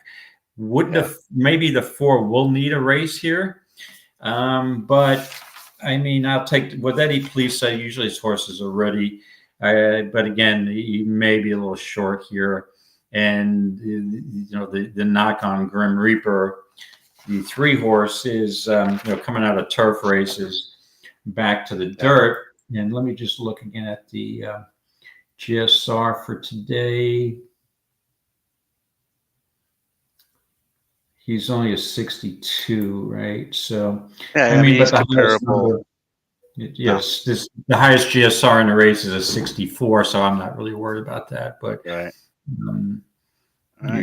just the law should be okay on the dirt. Well, good luck, everybody. I'm on good luck. 2-4. All right. And who are you on again, Mike? I'm 2-7. 2-7. Okay. Good luck, everybody. And they're off. Admiral Nelson was quick to begin. So was Mohawk River, and Senior Money is moving up down at the inside. Jamaica Red, and Jamaica Red's going to go after an early advantage. He leads while Hard Scent and Senior Money is alongside. Admiral Nelson working over from the outside draw to race a 3-wide third. Then at the inside, Migratory is improving in traffic. So is Grim Reaper. Tapping on the brakes, what Adversary in front of Deputy Tremont. 3 back to Mohawk River, and Let Loose Louie is a long way behind as they swing around the far turn. Jamaica Red swallowed up now by Migratory with a bold bid toward the rail to take the lead now. Migratory moves off a length and a half. Grim Reaper 4 wide into second. Senior Money is back to third. Jamaica Red is back to fourth. These top 4 have gone well clear of the others as Admiral Nelson didn't kick on at all. The Adversary moves up on the outside to try to get a slice through a 45 3/2 mile. It's Grim Reaper and Migratory, the first 2 into the lane. Migratory is in front, but Grim Reaper is gaining on him now. Here comes the Grim Reaper on the outside of Migratory as 16th remains. Grim Reaper is up to take the lead. Nobody could hold off the Grim Reaper as he's a length and a half winner in the end over Migratory, who made a move to be... Good run on your 2-horse. We should have piled up and boxed out exactly together, right? I was just thinking the same thing. Yeah. And I did get a 6-1, which I can say I feel comfortable going good boom call. with the 6-1. Good call. Right. Yeah, good call. Yeah, we should have teamed up. yeah. You know what? An Adversary got an awful trip and was bet down to 2-1. So, in all honesty, I prefer the 3 on top because I did have going forward in the horizontals, looking better at a 6-1 and a little win bet there.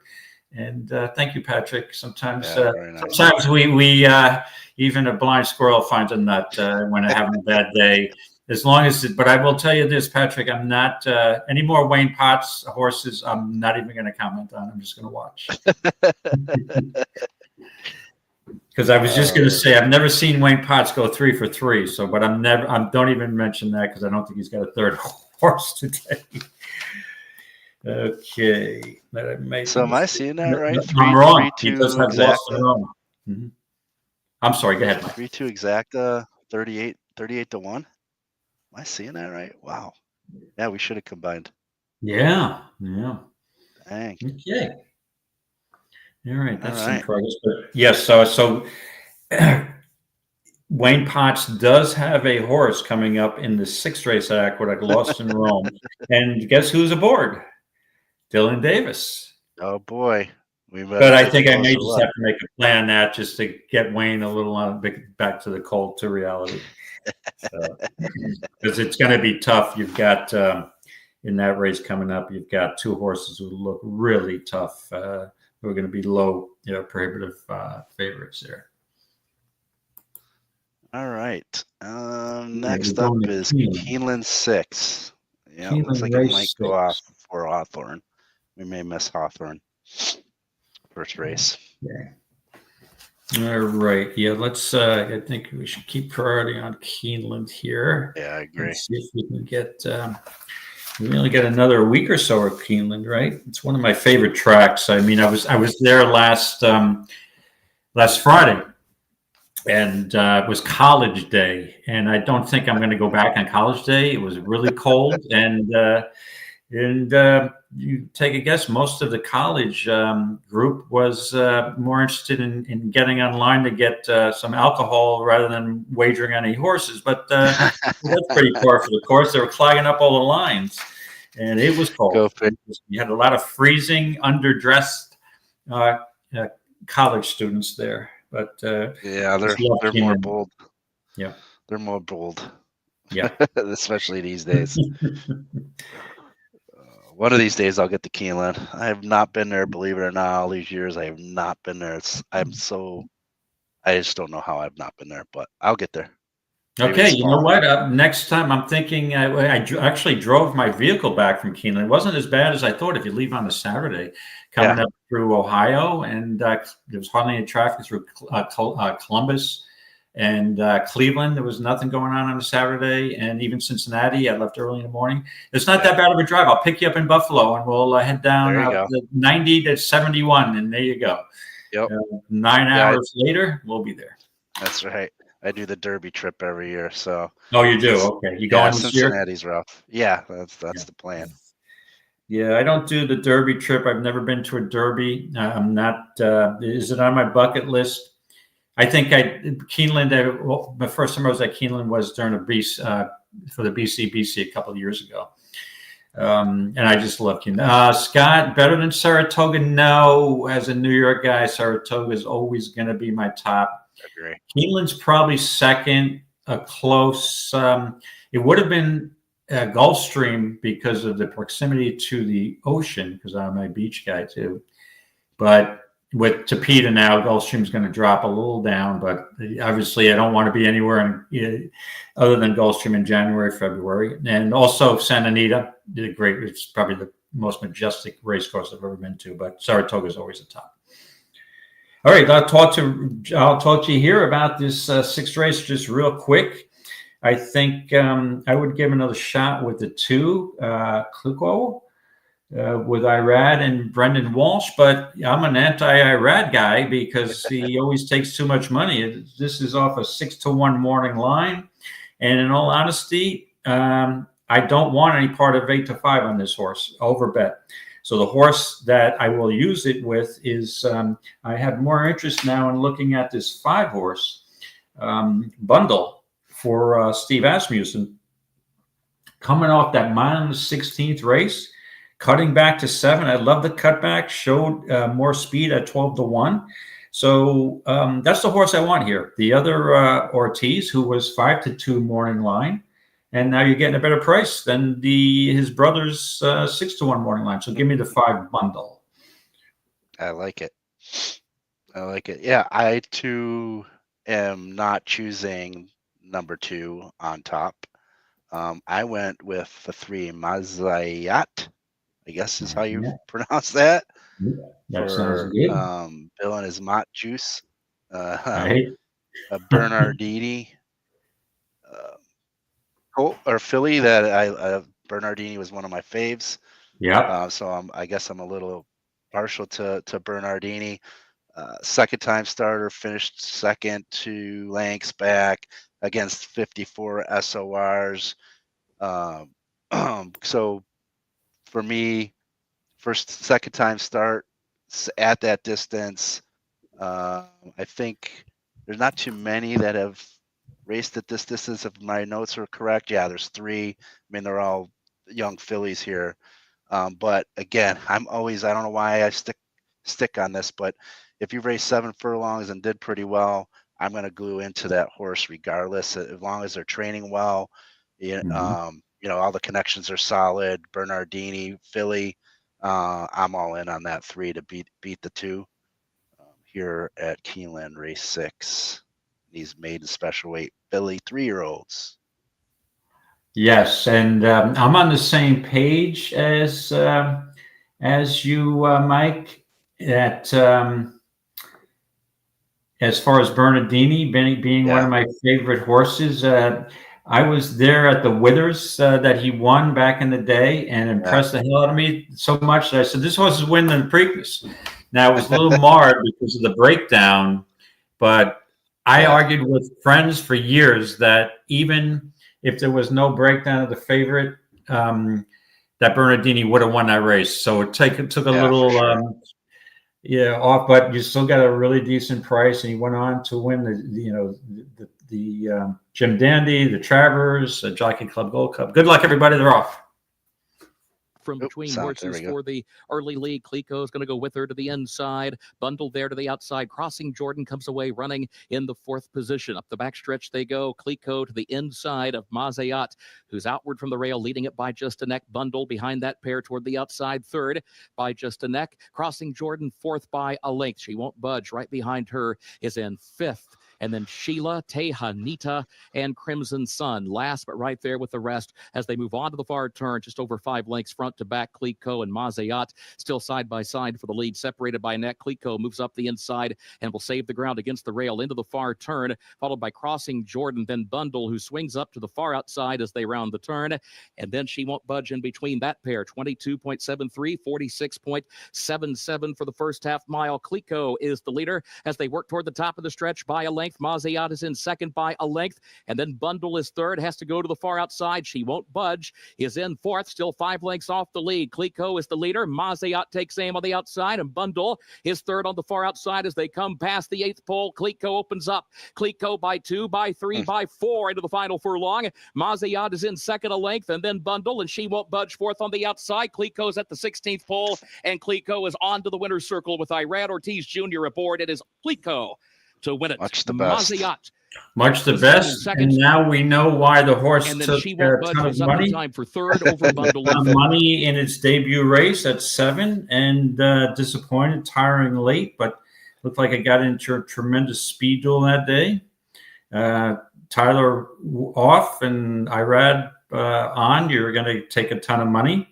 And a little disappointed in Bundle, who looked like this horse was loaded on the outside, turning for home.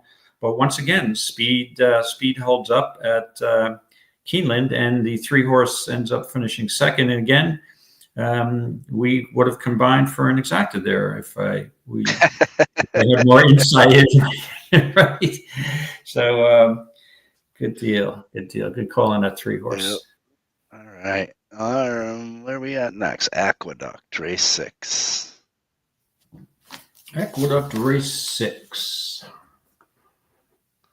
All right. This is about where I stopped getting my homework done. Oh, okay. Yeah, I can. That's the last race I got. Okay. Now we got.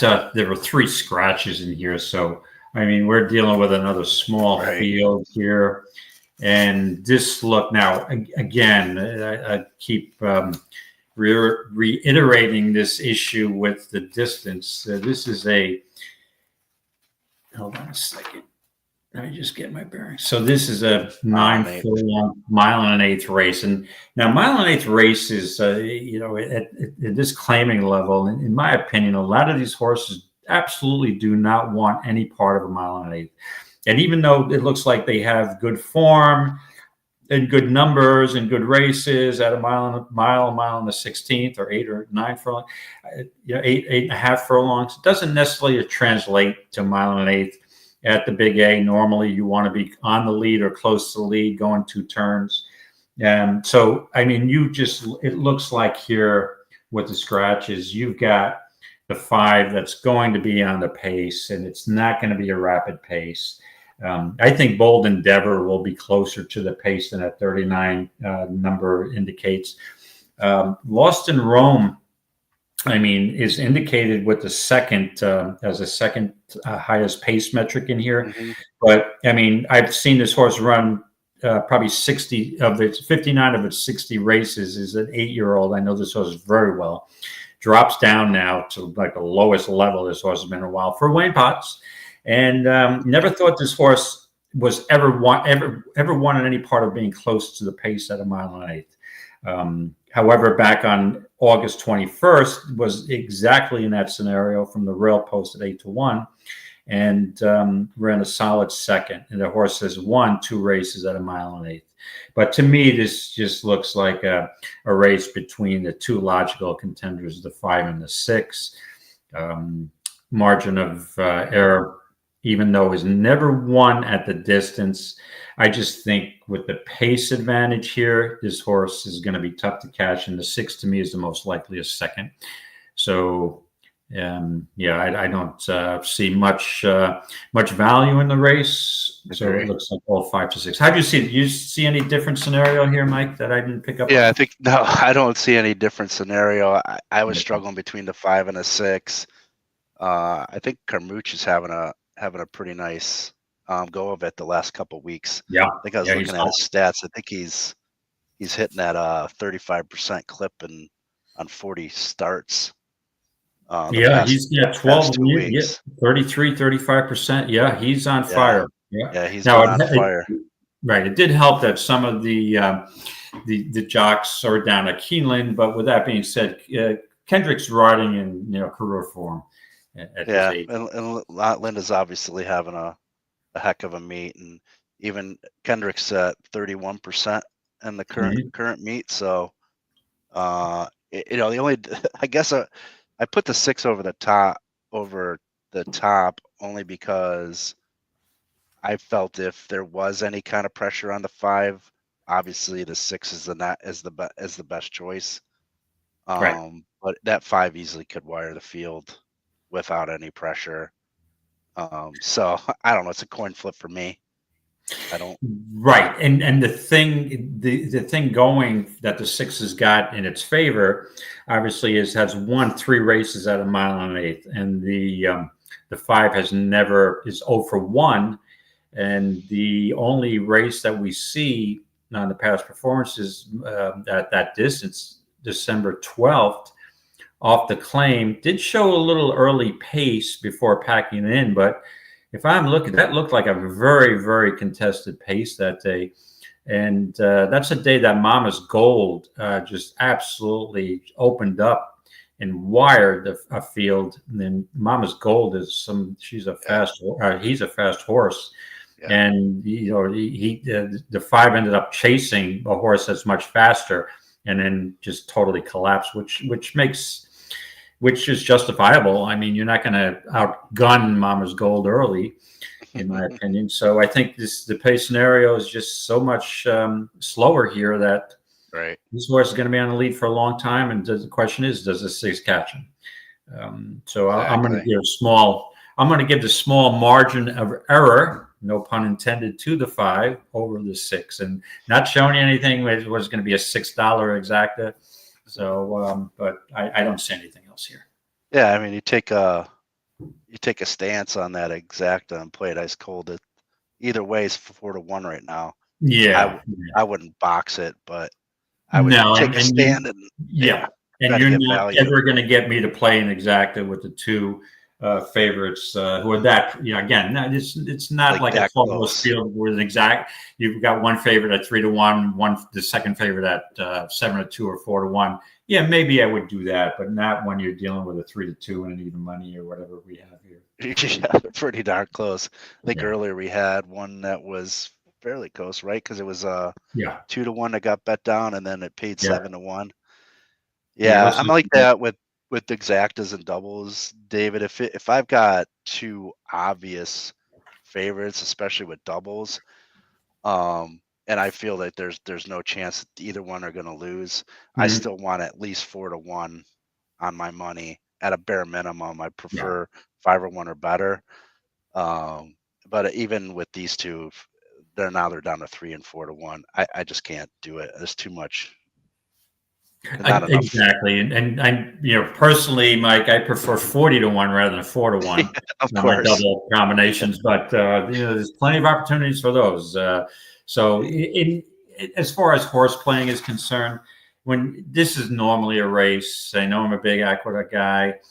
I would normally pass because there's no value to me. However, if I'm going to play because we're doing a show today, I'd probably match up these horses or one of them with the 4 Reddington in the next race.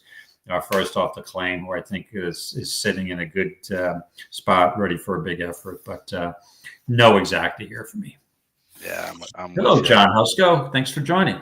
Hey, John. Good to see you. Hope all is well, bud. So now, if you guys, please hit the like button if you actually like our new show, because this feedback is going to the boss. So if you're feeling any love for us with this new format, with my new and great partner Mike Saletta, who's with 2 guys from Western New York. That's right. And I'm here reluctantly. I'd rather be in South Florida, but especially now. Yeah, well, it's actually 50 and sunny here today. I know it snowed yesterday. Yeah, yesterday. Yesterday was brutal, folks. The people who don't know, it was overcast, like 30, 40 mile an hour winds. It was some snow flurries in the morning. It was just an absolutely brutal day for April. And I wanted to just get on a flight and head back down to Florida because I just drove back up. The Keeneland was cold enough on that Friday. My God, that was culture shock, going from 85 to 45 in one day. In one day drive. All right, they're loading in the gate here. Thanks, Al. Thanks, Al. Ladies and gentlemen, once again, it is post time here for race number 6. Can you hear that sound? It's post time for race number 6. Graphics on the screen. Working to get those up for you. But it is post time. Looks like we at the gate for race 6. We got a graphic problem here at with the Big A feed from.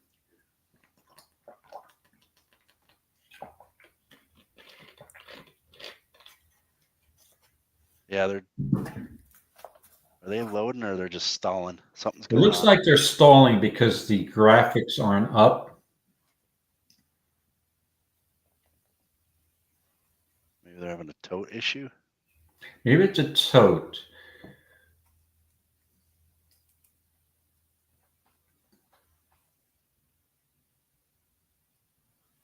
Of course, they don't say anything. Yeah, doesn't look like it's a tote issue. Let me see. No, they're both now. The 5 and 6 are even. They're both as Oldie would like to, as normally says, 1-1. So would they be 2 for 2s? Good one. He's in the background, so he can hear us. Yes. He's working. He looks like he might be on a call.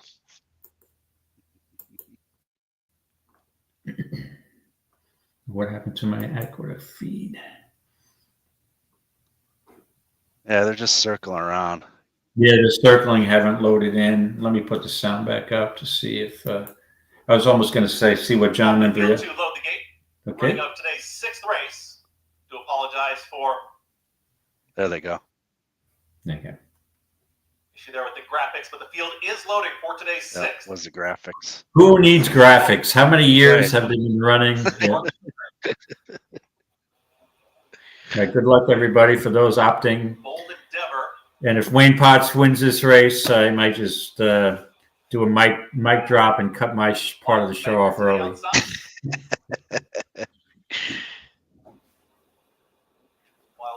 Sets to move forward. Goes in. All set.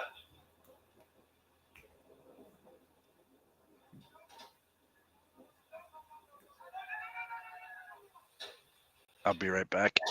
Sure. Good luck, everybody. They're off. Today's sixth race. Margin of Error sprints right out towards the front. It's Margin of Error who's got the lead. Down towards the inside, Boss making boss moves is going to draft right in behind that leader. Margin of Error is in front. Having to steady briefly, there was Lost in Rome, is now in behind. Bold Endeavor, who's got some forward momentum, and the trailer is Wild Banker. They're working around the turn, and on the lead, it's Margin of Error. Margin of Error with a neck advantage. Right to the outside is Bold Endeavor and Manny Franco in pursuit. 24.76 for the opening quarter mile posted on your screen. Then comes Lost in Rome, who's just trying to get out of touch, is in third. A little tough to handle there out in center of the racetrack. Down towards the inside, Boss making boss moves. Encouraged to move forward. It's Wild Banker. Doesn't want to lose touch with the field as they work up the backstretch. They're chasing Margin of Error. Margin of Error still with the advantage. Bold Endeavor's been there the entire journey. These two now head-to-head as they're approaching a half mile left to go. Posted 48-4. Half mile time. Margin of Error is in front. It's Margin of Error who now takes him into the turn. Bold Endeavor has been right there. Here it comes. A Lost in Rome is fully in pursuit now for Dylan Davis. They've kicked clear from Boss making boss moves, who's all in, not cutting into the margin. Wild Banker has trailed throughout. The front two still go at it. 3/4 in 113.20. Margin of Error is in hand. Now encouraged to keep up there as Bold Endeavor continues to chase this leader. Lost in Rome is just grinding away, trying to make up the ground on the top two. Margin of Error is very game down towards the inside. Bold Endeavor continues to give game chase. Now Lost in Rome is commencing a rally. Only a furlong left to go. Here's Bold Endeavor. Another great horse race. Here we go. Margin of Error bites right back towards the inside. Margin of Error still with a head in front. Bold Endeavor could not pass. Margin of Error. Margin of Error wins it over Bold Endeavor. Lost in Rome. Boss making boss moves. We got the two chalks to the wire and just obviously set up exactly like we envisioned.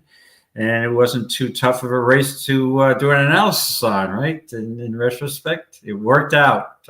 I was a little concerned with the three Lost in Rome, like getting a perfect trip there, but in the end, it's the pace makes the race. That wasn't fast enough. Those weren't fast enough fractions to close into on this track.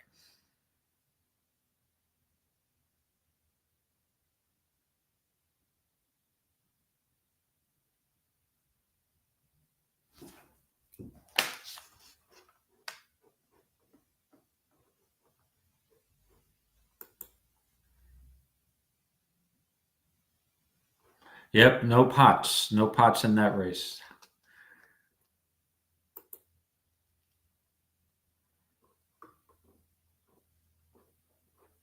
Mike, can you hear me? Yep, my bad. I was muted. Oh, okay. I was just wondering where we're going to Gulfstream Park next. Yep, I was talking and nobody's could hear me because nobody's listening. Nobody's listening. I'm just talking to myself, saying, "Hey, we're gonna go." Okay. Well, that was a pretty easy race to, like I said, right. to project the pace scenario. Yep. So Gulfstream Park, we got a couple minutes plus their merry-go-round. Okay, so probably Simmons like race 5 at minutes. Gulfstream. Let me just pull up my EquinEdge here. I'm flipping around. Yeah, so we'll look at the pace here. We got a 99 pace square on the 1. Fortuna Bell had a big EE morning line to morning line disparity, 3-1 versus 10-1. Mm-hmm. Definitely taking some money, 36% to win. Looks like Top GSR's got the gold badge. Usually it's not all that fruitful. 29% win with the combination of top pace, top win, top GSR. ROI is -11 in the money, 65%. 99. So 18-point pace advantage next to the 7.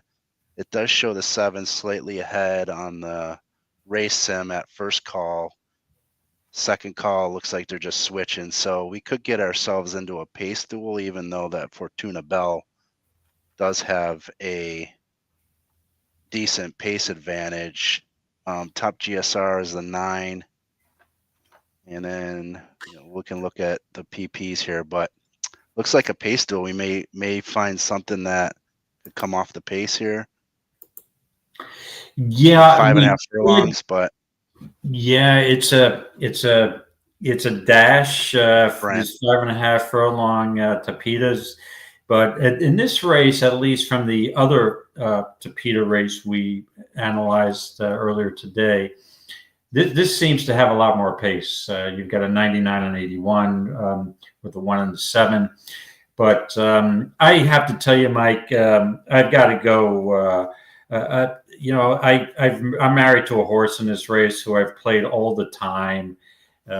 May sit a nice trip here, and that's Glitter Up. Only 8% win, but I mean, it's got the 3rd highest pace metric, and it should be the one stalking the 2 speeds. And if you go back 2 back on this horse, had won over the synthetic. I always thought this was a turf, purely a turf horse, but has won, November 20 of 23 on the synthetic, 62.5 claimer, and this is now an optional 20 claimer. Tim Hill's, a sneaky trainer. He's 12%. But I think he might fit well here. So it's more of a loyalty and a guess, but the 12-1 morning line and a 5-1 EE morning line, I like that number. And now it's taking money at 5-1. So yeah, I'm on the 9, Glitter Up, and I'm almost tempted to take a hunch bet on David's Rose. So I'm looking to beat the favorites here. 1 Glitter Up, the 9, and also a hunch play with the 6 David's Rose. Trying to beat this 5-2 and the 7-2. So interesting. All right, let's just check. Yeah, they're doing the dance here real quick. Yeah, I could kind of see that 9. I'm not familiar with that trainer all that much, but I just from the name itself, my wife knows it all. I kind of got to put a little bit of money on that, only just because of the name, and she will admit that she does know it all, and I know nothing. Well, she should be friends with my wife because she doesn't know it all too. So yeah, she thinks she's a doctor she's got a doctorate, and she has a PhD in a whatever, psychiatrist. She's a medical doctor. She knows it all. So if I ever have a sniffle, I know who to ask what the heck's going wrong with me. Okay, well, maybe, I apologize. Maybe she probably does know it all there, Mike. So I wouldn't disparage her in any form. So that's a great, to have a PhD and all these things. I have a PhD in absolutely nothing. I may apply for a PhD in horse analysis, but I don't think they give that out in any major universities. No, she's a self-made doctorate. Very nice. Very nice. So, anyway, I think Patrick mentioned this too. 7 loves the win, 18 of 20 in the money. Yeah. I mean, that's pretty solid. It's kind of hard not to like that horse. Again, if they go at it, the 7 and a 1, the 3 was honestly, in all seriousness, the horse I would consider off the pace, but it's hard to argue about the 7 there. Oh yeah, the 7's a hard hitting horse, no doubt. All right, looks like they're loading. We'll share here. Throw some sound up. Number 7, Amori Control. It's a good race. But I'm putting a little money on that 3. Okay, and I just put a little money on the 9. Have a bad day. We'll see who comes out. And I do like here. Miguel. Fortuna Bell and Bodacious Bren with the Glitter Up. David's Rose, she's the gray. Paco Lopez for Jose Garofalo. Amori Control, Joe Trejos riding for Elizabeth Nobles, the daughter of War Dancer. I don't know why the feed is always quieter at Gulfstream. Oh, I think the sound is fine. Yeah, it's always quieter than the other. Just a little lower. 5.5 furlongs the journey here. They're all in line.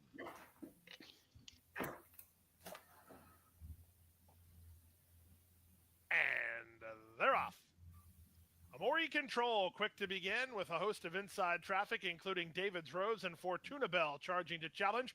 Away in fifth is My Wife Knows It All, the early trailer, Bodacious Bren. In the run to the half-mile point, Edwin Gonzalez aggressive with an inside running Fortuna Bell, who leads by a length and a half over Amori Control second. Glitter up on the outside of David's Rose for a joint third, a length and a half better than My Wife Knows It All. A gap of 2, the trailer is Bodacious Bren as they round the far turn. Opening quarter fairly ordinary, 22 and 4. They round the far turn. Amori Control to have a crack at Fortuna Bell. Let go for a 4-wide bid. My Wife Knows It All. 3-path is Glitter Up. Looking for room. David's Rose underway from the back. Bodacious Bren. Off the turn and the stretch drive. Amori Control. She's up for a fight and tries to hold off My Wife Knows It All. Come on, 3. There you go. Come on, 3. Control. It's My Wife Knows It All and Amori Got it. Control. Gonna have it. My Wife Knows It All. Gains My wife does know it all. There you go. Ended up going off as the 5-2 favorite. So Figures. there's a lot of people jumped on it, huh? Yeah, All right. figures. Guess I should have played the exact of that. Yep. Yeah, that would have been good. Well, the Yes, Scotty so- Picks had it. 3-7. Hey, Tyler Smith.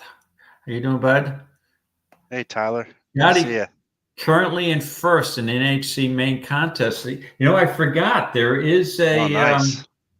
Yeah, I got to pull that up. I saw that. I didn't play. I didn't get involved. But Scotty is actually in second on the tour leaderboard. So Yeah, he is. Let me punch that up there. That's on horse players, right? Not horse tourneys today. Is that a feeder? It's got to be a feeder, right? No, they have a special. I think I saw a 125 special. All right. Let me see. Yeah. Oh, Yeah, Scotty McKeever, $94.06. And he had in race 7, he had the 2. I did play a feeder for that. I didn't do well. Okay. Well, his he hit the first 2, Surf City, $42 horse. Ended up being a capper on the win end and Grim Reaper. So he was off to a roaring start. And just looking at his picks. All right, keep it going, Scotty. All right, we'll keep an eye on him. All Big right. dog, Scotty. I like it. All right. 2 seats. Yeah, thanks, Tyler. And David, you're lucky the day after that beat down, the Flyers gave the Rangers from the playoffs. You weren't live. Yeah. Flyers gave us a beat down. We're out of the playoffs.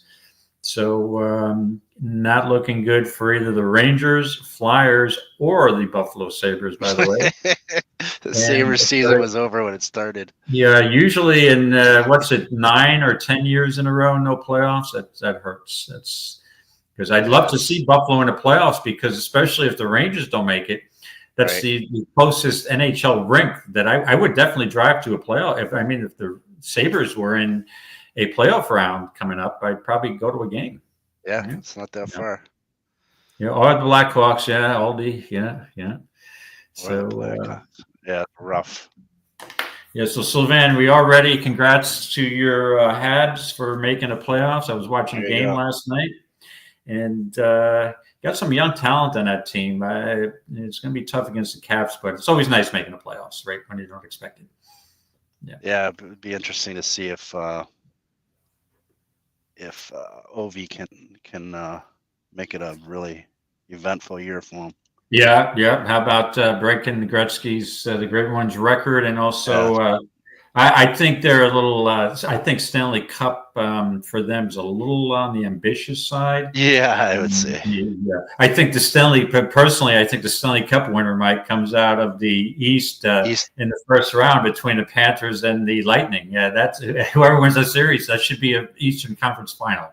It should. I always like. I'm not a Western Conference guy, obviously, living out this way, but same I would like to see Winnipeg win it. I mean, the Canadian teams need to win one soon. Yeah, Winnipeg's been it's been tough for them. They've had some good teams, just never, and I know they're just very rabid fans there. Yeah, Nice. for sure. All right. So where are we heading next? Keeneland Race 7. We got 3 minutes to post. All right, Keeneland Race 7. Now this was a head scratcher, huh? Wow. Yeah, we'll run the race sim real quick. I'm gonna drop some of these guys down here off. Unless anyone thinks they had let me shrink this. Hold on, you guys. Now Tucson is the top Scotty pick, highest win percentage at 32. And it has a pace number that should put it close to the pace, but I don't know. It just seemed like a really wide open race, and there may be some sneaky contenders in here the way I saw it. But I don't have a huge opinion in here. But what opinion I do have is I'm using one horse here to try a wider field, and that would be from the outside post. It's only a 4% win percentage, but does have the highest GSR of 77, and that is none other than the 11 Raptors. Now, if you look at Raptors, this is Mark Casse, has been doing nothing wrong the entire Gulfstream meet. Now going into the Palm something meet now, not Palm Sunday. The Royal Palm meet, not the championship meet. So this horse was bet in the last race in an optional claimer, 62.5. When ran, that was Pegasus Day, I believe. Yes, it was. It ran in a hard-hitting field, a mile race, and was bet that day at less than 5-1, but head turned at the start, eliminated at the start. Dylan Davis was on that day. Now, I don't know if the head was turned because it had a problem and then because it was gelded. So I'm anticipating that this horse got a little frisky and was looking in other directions and not concentrating on the business of racing and had his mind on something else. I'm just guessing.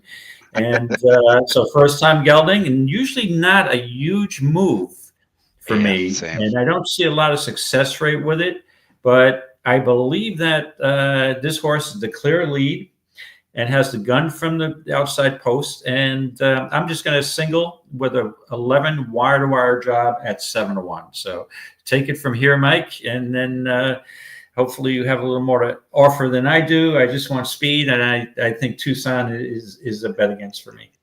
Yeah, I think you've got two.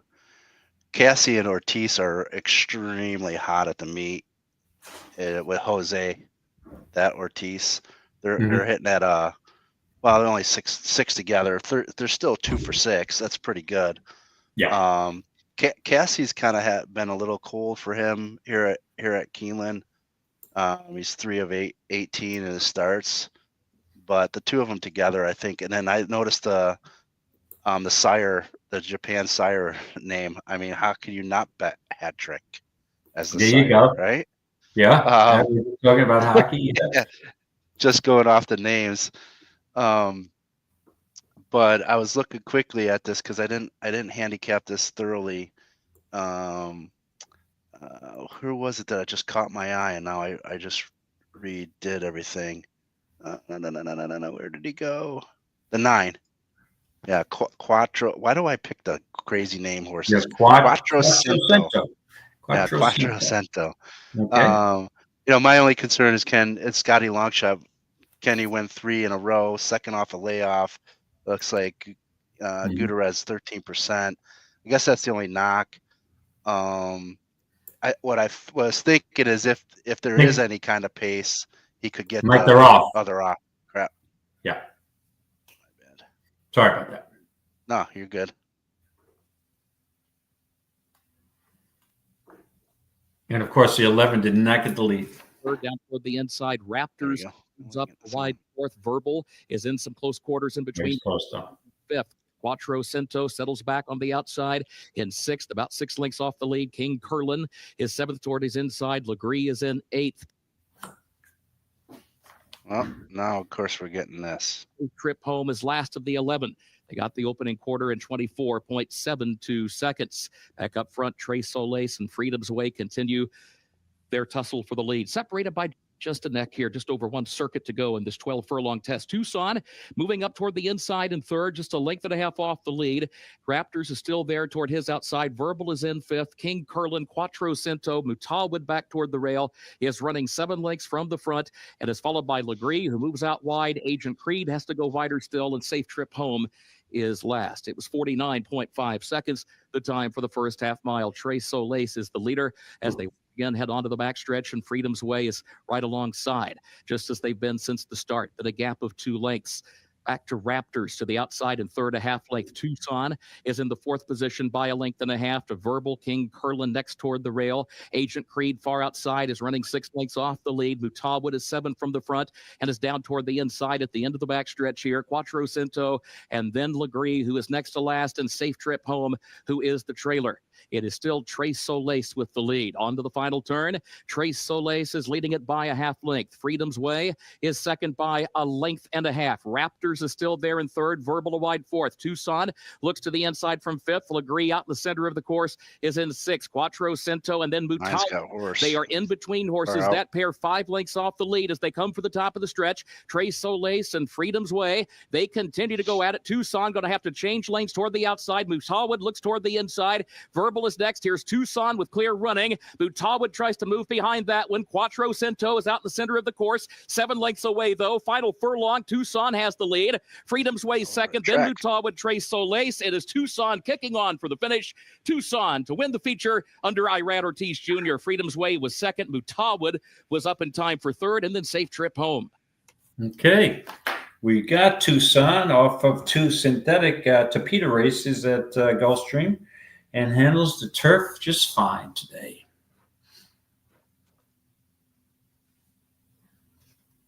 And that was Freedom's Way who who did get second, right? 310? Yeah. Yeah, that should pay all right. 310, looking like let's see where that is. Even when you have to scroll over. 37 to 1 exacta. Okay. That'll pay well. It works, yeah. Okay. All right. Where are we off to next? We got Aqueduct, race 7. Aqueduct, race 7, 4 minutes to post. Okay. So we're going 1 mile, which is 8 furlongs on the dirt, obviously. The turf doesn't start for a couple, I guess, next Wednesday for the turf race. I read. Yep. Yeah. And the horse I'm on is the 4 Ruddington here. And it's kind of this is probably one of my better plays of the day, in all honesty. I just think the first race off the claim for a trainer who can get horses, who can win first time for the claim. Let me just look at the numbers again, so we've got Ruddington, who is taking taking money at 4 to 1. So Gustavo Rodriguez is normally 11% overall trainer, but 14% first off the claim. That's good enough for me. It's nothing like Brad Cox at 42% off the claim, but against these claimers, it's fine for me. Castellano picks up the mount. Last race ran kind of an even third. But if you're looking at this, this horse should be stalking or have a pretty decent pace, pretty decent trip stalking the pace. Has got the 3rd highest pace metric in here. Magnolia Midnight is one fast horse. Ignite the Light is stretching out, should be right on the pace. So I think, Mike, this horse, Ruddington, could set a perfect trip here off the 2 major speeds. And I think this horse has a shot to pull off a minor upset here. What are we getting now? 4 to 1? 9 to 2. 9 to 2 is exactly what I'm looking for. So I'm all on that. In all honesty, I singled Ruddington moving forward, and that's going to be a rather nice win wager for me today. Yeah, I'm watching the race sim here, and then I looked over to look at the live odds, and I had to look at the ADW. Like, there's 3 horses at 2-1. Is that right? I had to double check. Yeah. 'Cause you don't we see got that too often. leading contender and the entry, with reasoned analysis. And then we've got treaty obligation at 2-1. And I'm not sold on either of those horses. And it looks like Oldie likes Oldie is the 3 at the Big A. You like? Yeah, talking about pressing the cheap speed on the 87 pacer on the 7 here. If you look at the first call, 7 should get the lead. Looking at there's no doubt based off of his previous. Yeah, I don't see Oldie personally. I don't see the 7, in all honesty, being a cheap speed. But to me, the only stretching out to a mile, the only scenario I see here is the 3 going wide. Having the lead. I don't know if this horse can. I know I see here that the last 2 6.5 furlong races, the 3 did kind of rate off a pace, but right at a mile, is this horse going to be? I mean, I don't see this horse rating at all at a mile, but we'll see. We will see. I think the 3 would probably, 3 would come to the lead, and the 7 would be pressing. But they're both fast. I think they could get hooked up. Mm-hmm. I've got the silver badge in the money, 60%, minus 5% ROI is the top. Win percentage is not in the top 3. Scotty picks on Linda Rice, Kendra Carmouche, the dynamic duo. Mm-hmm. Looks like back when Chad had won off the lead at 8 furlongs at Saratoga. Came back and won again for Linda against Lesser. Stalked the pace and then came from far behind. Hasn't really done much since. Off the layoff, 18%. Linda, ain't any trouble. Stumbled back off slow. Man, really bad performance before the short layoff here. David, I kind of liking that 4-2 after your analysis. I can see where Oldie's leaning this 2 or is 3 to rate, but has faced similar the last 2, and I don't know how cheap that speed is. I mean, this 7 could get away from everybody. I don't know. Right, and if you look at it too, Linda claimed off of Chad Brown treaty obligation back in August, and normally she did very well claiming off Chad, because normally if you claim off Chad, when Chad dumps a horse, Claravich especially, into a 50 claimer, they're just trying to get rid of it. And this horse, she won back-to-back races and almost made it 3 in a row. So the horse was good, but I was never a big treaty obligation fan, to be honest with you. And also the only thing I'd like to point out here is the 1 and 1A, the Chad Brown entry here, reason analysis, who came out of the Woody Stevens, was totally eliminated after a bump start. That was won by Bookham Dano. That was just a crazy, crazy pace on a day that generally was speed favoring. Back up in Saratoga. And then off the layoff, just didn't really fire, probably needed the race. But I don't see that. And leading contender cuts back. I mean, hasn't raced since 1.25 miles on that same weekend for Arthur's Road. I don't see that entry at all. I don't want any part of either of those horses. Too many layoff lines for me. Yeah, just really overbet. Yeah, do they have a class edge? Yeah. And if I could see a scenario of 1 winning, would be reasoned analysis, but I mean, I wouldn't take reasoned analysis anything less than 3-1. So it's a no-go or 3-2. So I'm on the 4 here at 7-2. All right, they're going in the gate. I'm actually going to take a shot at that 7. Okay. The cheap speed. The cheap speed, as Oldie would say. Okay, good luck, Oldie, with the 3. We're on all different horses here. Goes in. Let's go. All set. Good luck. And they're off. The entry flew out of the gate towards the inside. Reason analysis. 3 got off slow, by the way. He's not going to be stalking. Right out towards the front. Now going to be passed to the outside by Reddington, who's now in between horses. And the far outside is going to be Magnolia Midnight, who now secures the advantage. Magnolia Midnight, Sylvester Gonzalez there up by a full length. Back there in second is Reddington. Treaty Obligation, center of the racetrack, is now in third. The entry broke very sharply, but now they're sitting in fourth and fifth. Moving on through at the rail, that's Reason Analysis. To the outside there is Leading Contender. They're still fourth and fifth from the far outside. Is drum roll, please. The trailer, Ignite the Light. They're chasing a 23.40 opening quarter mile. Magnolia Midnight doing it easily so far. Magnolia Midnight goes into the far turn 3, 46 and 3 half mile time.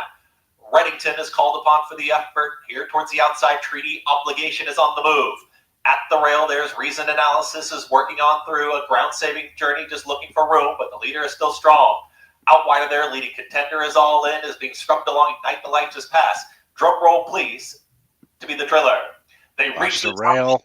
And now here's Reason Analysis Yeah. to move on through. I left the rail open. Midnight, and Reason Analysis has taken the lead. Ignite the Light is following that same Sleeping. route. Reddington is trying to make up ground. Treaty Obligation. Reasoned Analysis. He's kicking away. Ignite the Light, though, is weaving through traffic. He's going to dive down towards the rail. It's a tough move here. Reasoned Analysis is still fending off Ignite the Light, who's trying to get closer. Wow. Analysis wins it. Then Yeah, the chalk and the Reason Analysis was the class. And shout out to Oldie without blowing the brake and rushing up on that rail. You might have been right. The 3 might have been stalking the cheap speed. And yes, your 3 was very good. And he obviously is eligible to win next time, stretching out again to that mile distance. Good call, Oldie. Yeah. Of course, it looked like the 4 didn't really want to get the mile. And maybe the horse, even though it's won 4 races, Reddington at the distance, is getting to be a 6-year-old and maybe just prefers either a drop in class or possibly a shorter distance. Looked, it didn't have any kick at all coming down the stretch. Yeah, I guess all those layoff lines shouldn't have scared us. Yeah, it had the class edge, obviously. Yeah, if you're looking back, I mean, Reason Analysis comes out of the Woody Stevens was a 76 SOR. Last start was a 68, but really showed nothing in that last start. But again, Mike, I've discussed this before. I'm sure you're on the same page. You give any horse 1 race on a comeback, right? 1 race over a track to see, but didn't really show anything. But did lose to a horse who came back and won again, right? Beat the odds. So maybe that was a key race. So that was 68 SOR dropped into a 64 today. So job well done by Chad, getting his horse ready second off the layoff. Dylan Davis having a pretty good day. He is. All right. Heading back south to Gulfstream Park on the grass. All right, their finale. Yeah, it is their finale. How time flies. Yeah, Mike, I just hope that you have some words of wisdom on this 8th race at Gulfstream, because I sure don't, in all honesty. So I'll work through it with you. Yeah, I don't know. This is the 10's taking some of the money. That was the horse I was initially looking at. With Joe Bravo and Victoria Oliver. That's the only negative, right? I don't think those 2 have ridden together. He's ridden for her much at all. Yeah, no, I think that you are correct. I'm trying to look up some numbers here. Just check for it. a second. Okay. The first time. It's the second pick, second win percentage, second EE morning line. Has run at this distance, but second off a layoff.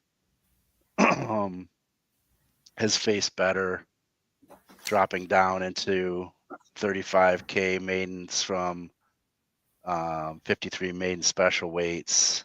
Mhm. The knock I have is I don't like the connections all that well. The top win percentage, top choice, the 5 here, third start, stretching out to 8.5 for D'Angelo. He's winning at 15%. I thought he was having a pretty good, memory serves me correctly. Is doing all right. Looking at the pace numbers, doesn't seem like there's much of a pace at all in this race. So Mhm. I like to find something a little bit at a price here. And I was looking at the Scotty Longshot second time starter. Spirit of Jamaica. Yeah, Spirit of Jamaica. I Okay. don't know. Not training all that great. That's my biggest concern with the one. Right, and then the question is this horse more suited to dirt than turf? But I mean, when you look at it, that was not a terrible race as a debut race. Finished in the even 5th, so he got an education in that race. Doesn't drop down to the bottom. So what are we getting? 6-1 is a solid price. Yeah, personally, I'd be looking to beat any short price here in a maiden 35 claimer going a mile and 16th. So I'm looking around to see where I think the value might be. I don't really want, even though Brendan Walsh can click with first-time starters, I think if this horse had, this filly had a lot, they thought that had a lot of ability, wouldn't be in a 35,000 maiden first time out. So I'd like to avoid that. You know, Mike, the horse that I got to have a little bit of interest in at this point. Let me just see. The GSR, he's got the top GSR. She's got the top GSR in here. And off a morning line of 20-1 is bet down to 13-1, 67 GSR is the 4, Mars Eat Oats. You know, Mendelssohn's can run on the turf. First race on the Tapeta 5 furlongs at maiden 50. Got a trouble line here, off a step slow. Stretching out here, and there's not a lot of pace, a confirmed pace.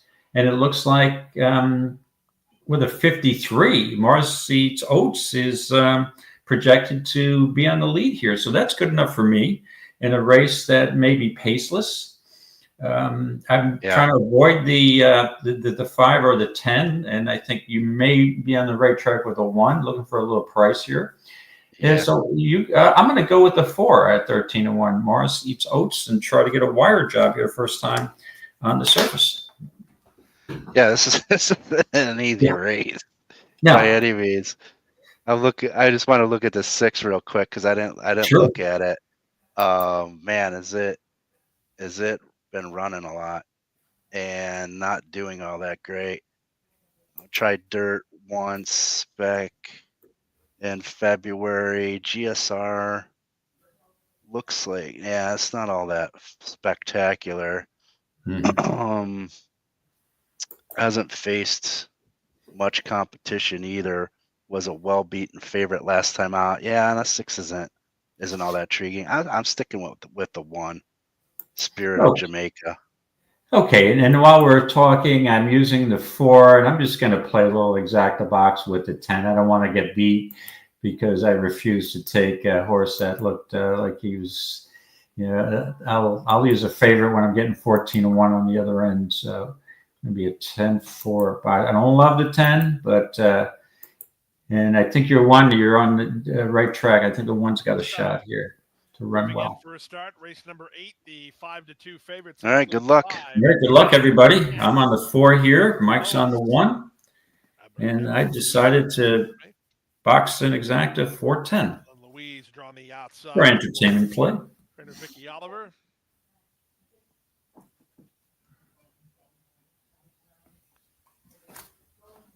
Michaela. Anna Capri. High Five Brewing with a nice pull here and a carryover. Miss Banks.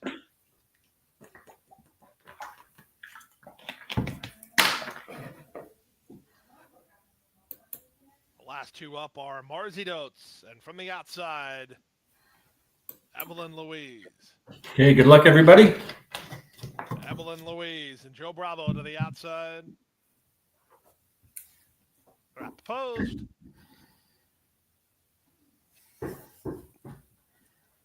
Evelyn Louise backed away.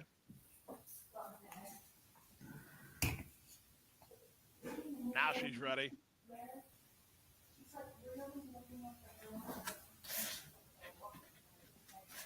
And runners away. From the center, Marzi Dotes gets the first call and goes looking for the early lead. Moving up on her outside, Michaela is on to take second. Away in third, but on the improve is Attending. Outside fourth is Evelyn Louise. Moving out the rail, that's Spirit of Jamaica. Miss Banks is between horses, a length and a half in front of Starship Elation. Second last is Anna Capri. The early trailer is She's Chloe. They run around the first turn. It's Marzi Dotes on top for Rajiv Mirage by a length and a half. Attending is second. At the rail, Spirit of Jamaica is now third. 3 wide is Michaela. From between horses, Miss Banks, a length and a half clear of Evelyn Louise. A gap of 2.5 more to Starship Elation ahead of Anna Capri, and She's Chloe at the back. Opening quarter, 22 and 4, less than 4.5 furlongs to run. Marzi Dotes in front by half a length. Up alongside, Attending is now second. 3 wide, Michaela is third.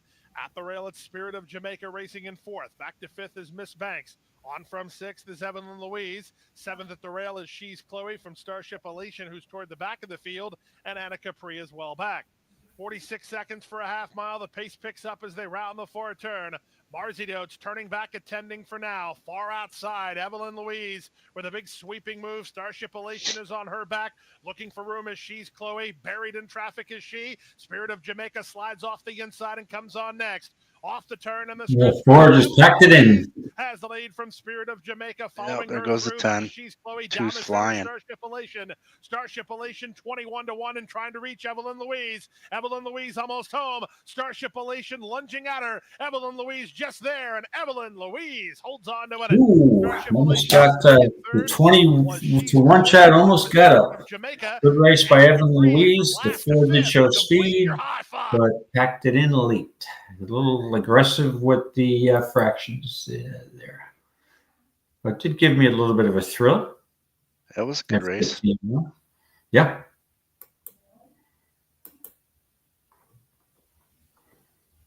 All right. Getting close to Gulfstream. Sorry, Keeneland, correct? Keeneland race 8. Keeneland race 8.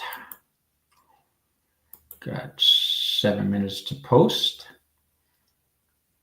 This is a 6 furlong, 9 ones a 2 allowance for fillies, 3-year-old fillies. And this is a race that I didn't have much of an opinion on. Did you look at this race in any detail, Mike? I didn't get to this one, but I can do it on the fly. Sure. Well, I'll let you go first while I do it on the fly myself. Yeah, so I'll just play the race sim, but here we are again with a pace square on the 3, Empirical Mischief. Also gets a gold badge. Wow, got a lot of top pace, top GSR, top pick, top EE morning line, top win percentage, wins at 44%, minus 8% ROI, and in the money 78%. That's pretty darn impressive. And again, with me, you get above 15% in a pace advantage, pace square with this metric. Yeah. It's always worth a second or third look. Mm-hmm. And then you match all those other metrics. That's pretty darn impressive. Race Sim has the 6 catching her down the stretch. We look at the second call. Is about a 1.5 lengths back, and then does catch it in the race sim. But looking at Empirical Mischief for Ennis, off a layoff. Ennis is 13% first race back. Last trip out was 6 furlongs, 100K allowance, optional claimers, and against 68s. Before that was in the Pocahontas Grade 3 at Churchill Downs back in September, finished 6th. Was real far back in that last race at 12.5. I wonder what's been going on with this horse. And 1,000 miles NS. I don't know. Usually I would lean heavily on a horse that has all those metrics, especially with a pace advantage. So great. The other horse to look at, I think, here is the 4 Wisconsin Gale. Yeah. Coming off 104K, it looks like the Southern Hospitality against 68s is raced against much better at Oaklawn Park. Coming up to Keeneland at 6 furlongs.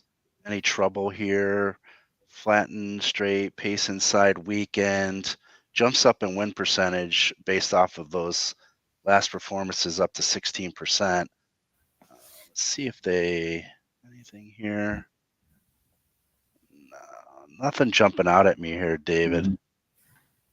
Yeah, no, I agree. But I'll go to the one here, Mila Rose. I mean, this is for this filly's 3-year-old for Steve Asmussen coming off from Turfway Park. It drew the 11 post far outside, and it looks like it got a contentious pace that day and came flying up and won out impressively. Draws the rail here, trying dirt for the first time. Vacoma's this filly could have a future. I'm not sure. There's no world beaters in here, and some spotty form. So I don't usually love horses breaking their maiden first time out and then coming back against winners. But there's no world beaters in here, Mike. No, I can see, but. Empirical Mischief, I mean, I'm probably willing to give her a race. Yeah. That's a long layoff.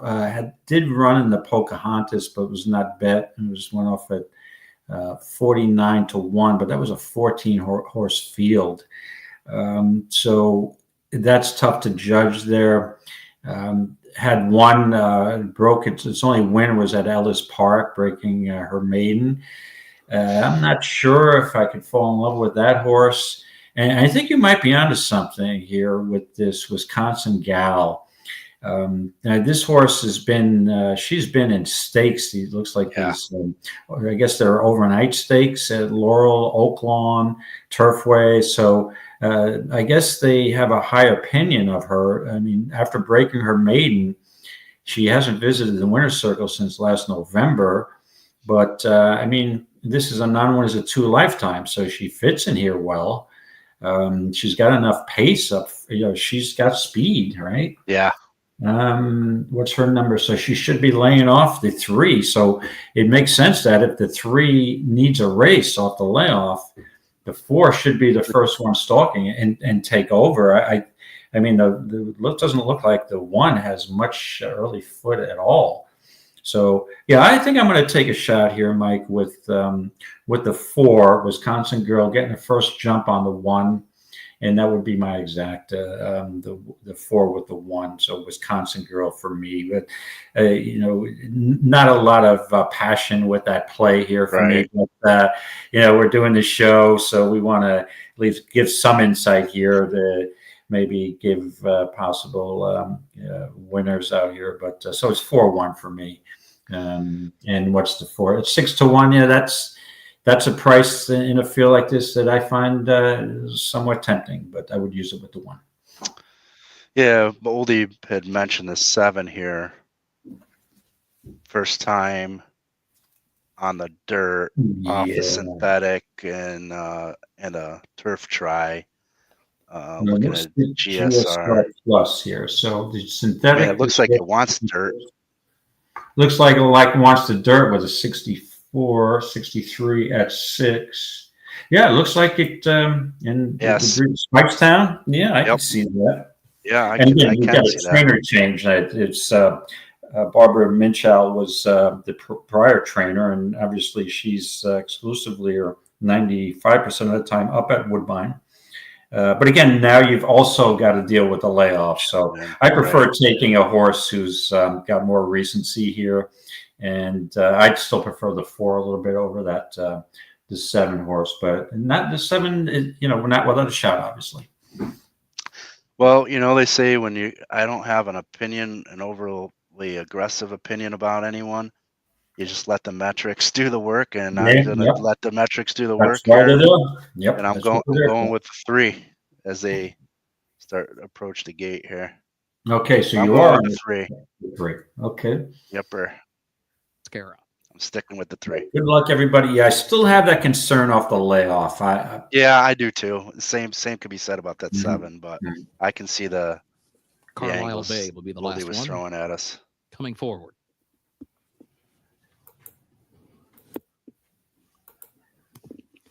Goes in, they're at the post.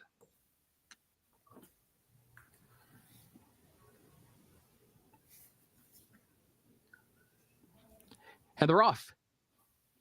Carlisle Bay comes out for the early lead. Mila Rose is there to the inside. Empirical Mischief up close between that pair, and Mascara right there in the opening strides as well as they head up the backstretch. Carlisle Bay, Empirical Mischief, Mila Rose down to the inside. Then Mascara moves up outside of her, takes third by just a neck. Wisconsin Gal further back is in 5th position, 3.5 lengths off the lead. A gap of 3 more back to Cavatelli. 4 back of that one. La Marinera is last as they head on to the far turn.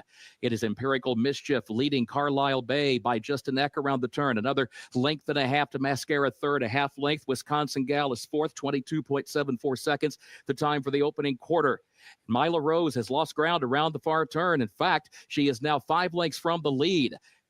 And then Cavatelli behind her to the top of the stretch, then La Marinera. Here's Wisconsin Gal to the far outside, comes off the turn to challenge Empirical Mischief, and Carlisle Bay still fighting on past the 8th pole. Carlisle Bay in between horses. Wisconsin Gal to the outside. Mascara tries to pick them up. A late run from Mila Rose. She's gone to 4th. Wow. She's gone to 3rd. She's gone to 2nd. Mila Rose coming on from the outside. Coming from the parking lot. There you go. Under Joe Ramos. Wow. Wisconsin Gal was home in 2nd position. That is close for 3rd. Carlisle Bay. I would prefer the 4-1 over the 1-4, but that'll work. I hear you. Yeah. Yeah, it did come flying. Wow. Yeah, contentious pace, and the 4 did get the first jump on the closers, but wasn't able to hold off. The 1 got exactly the pace that she preferred. Yeah, definitely, man. She came from. I mean, she was further back before the stretch too. Mm-hmm. Yeah, that was a pretty impressive kick. That pace did melt. I honestly thought the 4 was going to win it. Yeah, I thought so too. And then I saw this one. It looked like the 4 was going to win impressively, but just getting a little short in strides there towards the end, and got beat by the best horse in the race. Very, very impressive win there. All right. Got a few more races left, everyone. I think a couple, right? We'll do Aqueduct. Yeah, and then we close out Aqueduct and close out Keeneland, right? Keeneland, and that'll end our premiere show. As they would say, the pilot, right? This would be our pilot. Pilot, yeah. We'll find out if we get We'll find out if we get renewed going forward. All right. So now we're looking at race 8 at the Big A. And to close out a race, a racing card with a mile, maiden 30 claimers, it's a tough one. And you're going to have some horses here that state breds that you don't they don't see much form. So it makes it a real challenge here. So let me just pull up my. I started looking at this race, in all honesty, late this morning. And I got frustrated, and I just decided to go out to walk the dog. This is not, and that's part of the issue I have with pick sixes. When it comes down, if you want to play a pick 6, it comes down to a race like this. I mean, I like the old days when the pick six was always the third through the eighth. So it ended with like a good, feature race normally. Right. But then these eighth races that were feature races were drawing 4 or 5 horse fields. So you're like, right. So now they wanted the right. So, but I always like quality in the last race, quality horses rather than just I agree. scratching. That's like playing golf and birdieing the last hole. You want to come back for more. Yeah, exactly. Well, with that being said, the 2 is scratched, tip of the boot. So we have a pace Huge scenario. favorite. What's that? There's a huge favorite in the 6. Yeah, King of the Castle. So let's go there first. I mean, and this is Brad Cox. Now, first off the claim, but I don't know, if you look at the numbers, hold on a second. I've got a win percentage 22. Is this first off the claim or not? Yes. Yeah, they don't have enough. I think Brad Cox, I don't see the number here first off the 42% or 39. I don't have it either. It's not showing. It's not in here for some reason. Okay, with that being said, I mean, I don't want any. I don't want to be singled to a 1 to 5 Brad Cox horse. I mean, if you look at this horse was claimed by Bel Blue Racing Stable for 30, and shows no confidence off the claim. Basically keeping it at the $30,000 level. Now, if you thought this horse had any ability off the claim, wouldn't you move it up into a maiden special? Now, in its favor, this is a New York State bred race. So this horse ran twice, tried the Tapeta and also the turf at Gulfstream in open company, and just totally overmatched. 35 to 1 in the first start. 48 to 1 in the second, no life at all in each race. And then dropped down to its levels, bet down to 4 to 1, and that was a good race. If I have to tell you, if this horse repeats that last race, it's probably going to be a winner. Yeah. But I mean, and what does Brad Cox really want with a $30,000 claimer, right? Now, I guess they did hook up with a barn who he agreed to train for. That's a claiming barn, but I still am a little skeptical. Obviously, it'd be a fool leaving a 60% EE win percentage off. So I'm not going to leave it out. I'm not playing. I wouldn't probably play an exact that there'll be absolutely no value. I'm just looking around, Mike, for any possible angles here. I looked at Magny, the 3 horse. Yeah, me too. Mitch Friedman. The issue with this horse, though, comes out of 2 mile and 1/8 races. And this horse has absolutely, let me look at the pace factor numbers. It's got a 41 pace metric, but I think it's even got less speed than that. I mean, coming out of a 1 mile and 1/8 race, it was probably dull the speed even further. Has shown some positional speed, so maybe not the worst play at 11 to 1. And the other horse I looked at, Vesuvio is 15 to 1, no speed, comes out of Finger Lakes, not for me. The horse I may be a little interested in at a huge price would be Break the Fall, but this horse has burned money in the past, went off its favored twice.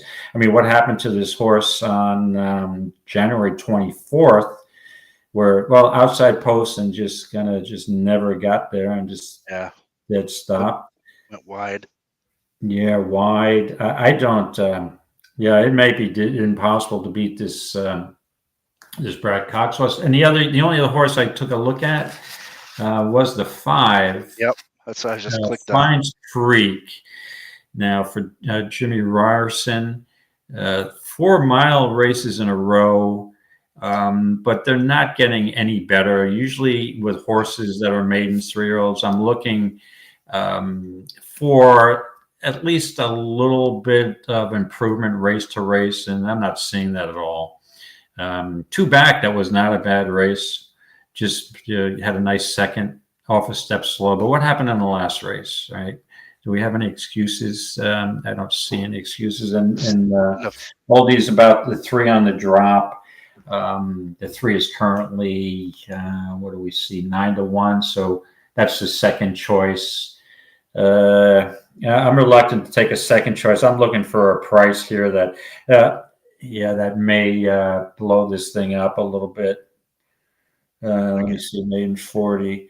Yeah, I'm just not sold on anybody here. It looks like that 6 horse is going to be really tough to beat. But I will tell you, I agree.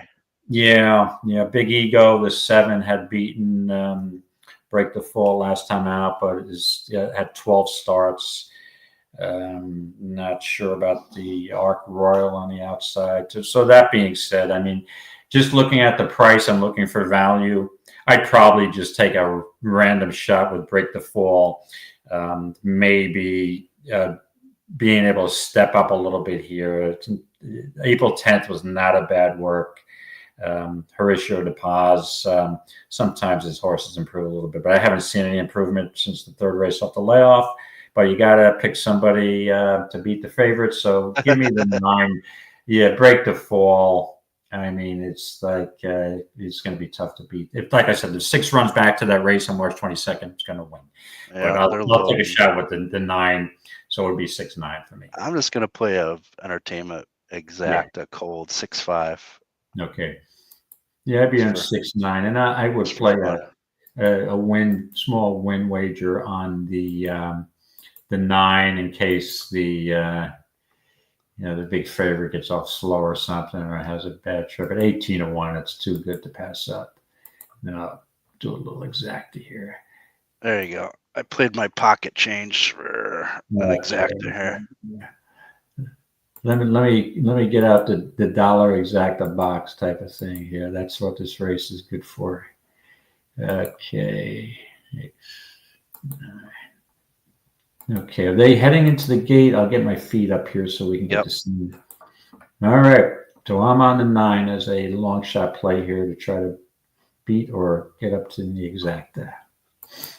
Good luck, Hot Rod. You need that 6 here for your horizontals, right? He needs a 6. Yep. I kind of can see that happening. Yeah, for some reason I can't get my Aqueduct feet up here. Yeah.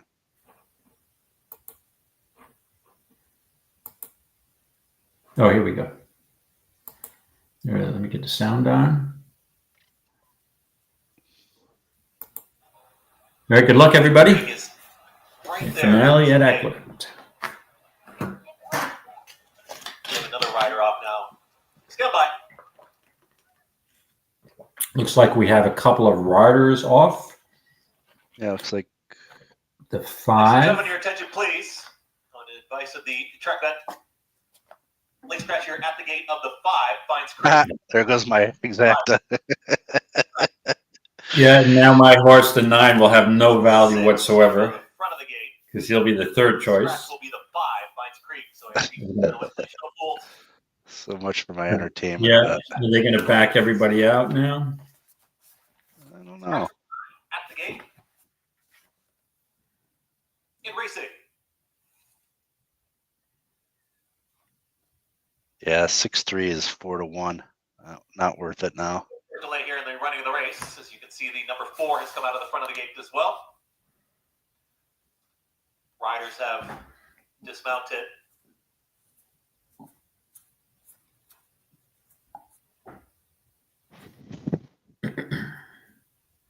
That's all right. We got some time between Keeneland's last, so.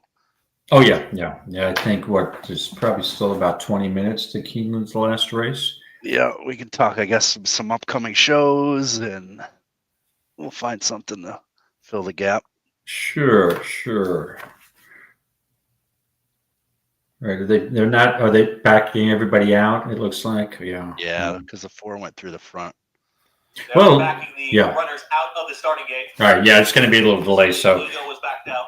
Let me cut my sound down here. So if we want to promote an upcoming show, I know a good show tomorrow that's coming on. It's called The Road to the I think a guy by the name of Scotty McKeever does that show, along with guy that I think I know pretty well. So please tune in. We've been on sort of a little hiatus. We had one show since the conclusion of the NHC. And last week I was traveling. Actually, it was last Friday, I think. Justin filled in well for me and had a good show with Scotty. And while I was at Keeneland freezing my ass off, and it was worth every minute. I love Keeneland, like I said. But so we're back at it for the second time since the 2024 or 2025 NHC ended. So, yeah. Yeah, that's always a great show. So check that out tomorrow with David and Scotty. Okay, and then tonight we've got the weekend stakes preview show with Justin and Oldie. Right, I think 8:30 Eastern tonight. Justin and Oldie will go through this upcoming weekend stakes action. Again, always have some nice winners coming out of that show. I think we didn't. Did we have one last week? I don't think we did. No, there was no show last week. Yeah. But while we're talking, and then also we got the Saturday show with the guys that they'll be on Saturday. I'm not sure what time, so just 2:40 stretch run, 2:45 on Saturday. Thanks, Oldie. And just so we're going to talk about the weekend stakes preview, I believe we have a stakes tomorrow at, Chris, I'll change just looking at your comment here. That's the horse I'm on. That's you kind of spoiled the introduction for me. I'm only kidding, but I really do. I think Oak Alley off that last race with the 11 post going a mile. That's a tough distance from such an outside post there. Now does draw the 10 post here, but you got a longer run into the clubhouse turn. So that this horse has been working well. Brendan Walsh, second time out. All right. Yeah. Okay. Here we go. Off at Aqueduct. Let me get the sound going. What happened? Here we go. King of the Castle. They're going to be 1-2, and now King of the Castle will assert it is in front. Is up by a full length. Here's Big Ego trying to challenge towards the outside as they get set to come out of the chute. King of the Castle and Benny Franco, they're in command. They're up by a half length. Big Ego is chasing from second. Out wide, there comes Break the Fall as a shared third and fourth as they stack up in behind the leader. Botany is at the rail. Tight group here. The leading four as they work up the backstretch. Arc Royal is shoved along trying to keep up. Then in behind them comes Gorzo, has made up some ground. Uncle Barry is towards the tail end of the field, and the one far back, Vesuvio, just not keeping up right now, is 12 lengths trailer. They work on the backstretch. They went 23-1 for that opening quarter mile, and the favorite is in front. It's King of the Castle. Big Ego is right there to the outside, 46.47 for a half mile time. Magni is now in gear, has taken third. Break the Fall is all in. King of the Castle's got a tussle. It's King of the Castle, only with a nose in front. Big Ego challenging. And the 9 of Scrubbins got nothing. The 3 looks really strong here. Insights, and here comes a 3-wide run from Magni. These 3 across the racetrack with a quarter mile left to go. King of 7 struggling. Numbers got to dig in down here at the rail. Big Ego is still chasing. Magni is 3 going to catch him? Fastest leader. I think so. Who is just That's a 6's game. Right now. 7. The final King of the he's Castle. hanging on. Yeah. He's bringing. Yeah. Too strong. The Castle is gutting it out. King of the Castle a short price, but King of the Castle earns the finale. King of the Castle wins it over. Well done, Hot Rod. Very good. Yeah, the horse we knew was going to be tough to beat, but if you look at Manny, the way he approached that stretch run was perfect. He let the horse come out into the center of the track to see his competition. Yeah. And, in other cases, it could be a herding issue, but in this case, he had a tired horse that he wanted to make sure that knew that he had some other rival coming up outside of him, and he kind of won this pretty impressively, actually, for a $30,000 maiden claimer. So Scotty's first going into the last race. Thank you, Tyler. With that, all right, the man's on fire. We'll have to check that out. Let's see. Where's he got? What's he got? He's got the 9 in the last. Oh, he had the 7 in that race. So no, Scotty had the the 6. Oh, the 6. I'm sorry. I'm looking Yeah, at. so he should be. So he should be in first. He will be in first. Thank you, Tyler. Yeah, I can. Tyler can do quick math easier than we can. Thank you, Tyler. You have a younger brain than both of us. Well, actually, myself. I'm not going to vouch for Mike, but much younger than Mike. I'm up there. Okay. And let's see if Scotty's got the 9 in the last. Well, good luck, Scotty McKeever. And I hope to see you. You're looking in pretty good shape because, unless the 12 horse wins that last race, it's 2 seats. So you've got, and in any case, you're going to get some nice tour points, and you should be. I know Dylan Donnelly had the lead in the tour points, but yeah, that's going to be huge. Right. We got drama here. So Scotty's got Love You Anyway, the 9. Which probably will be the favorite. The other guy, really the people that can catch you have the 12. That's horse first time starter for Shug. He got some good workouts, but good luck. Terry Frank's good dude. He's got a chance. Mm-hmm. He's at the 12 there. Yeah, be interested to see what happens. Yeah, good performance by Scotty. Also, I just noticed on Twitter X, whatever you want to call it, EquinEdge posted a new video and a new series where they break down the metrics one at a time. And the post is, you probably can't see my phone. It's not going to work. But anyway, you can check out EquinEdge on the X, and they're breaking down the strength of race metric. And it looks like they're going to go through each one of the metrics on the series. That looks pretty darn cool for all the newbies to EquinEdge and so on and so forth. Or if you need a refresher on what the metrics are, I guess that's pretty cool. Check that out. And I think I saw Oldie saying he and Justin are working on some Derby plans. So stay tuned for that. Yep, Derby week's always a big week. And tomorrow. You guys always catch those morning work shows. I think they do them on YouTube. I want to say it's the Kentucky Derby, Facebook, YouTube, all the social media platforms out there. I think that show starts tomorrow. It's always really good. Okay. So yeah, check that out. We got Derby Fever coming up. Oh, absolutely. Yep. Absolutely. So, all right. So we got 10 minutes. Yep, 10 minutes. And as a matter of fact, while we're on the topic, we'll spend 3 or 4 minutes if you want. Do you have any early Derby thoughts? Yeah, I think if I go straight to it, I've had Tapan Street in my virtual stable since day one. Mm-hmm. And I was hoping that he would break out last time out, which he did. And if the horses that look like they're going to run are going to run, I have a feeling there's going to be a pretty decent pace. Obviously, post positions have a factor in all that, right? And all that other stuff, training up, horses being healthy, all that stuff. But if I look at it right now and stay with my initial virtual barn from the beginning, to Pan Street is probably going to be at the top 3 for me. Okay. Expecting a hot pace if he gets the right. I don't think a post position will hurt him too much.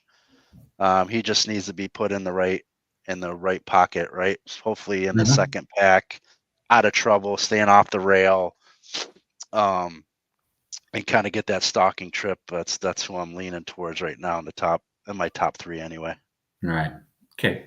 All right. Very good. Yeah. And again, I'm not big on making, Derby picks 2 weeks in advance. Exactly. Unless I know the weather conditions, the post positions are extremely important. And in a 20 horse field, I will tell you that I am not usually a guy who makes a huge play in the Kentucky Derby itself.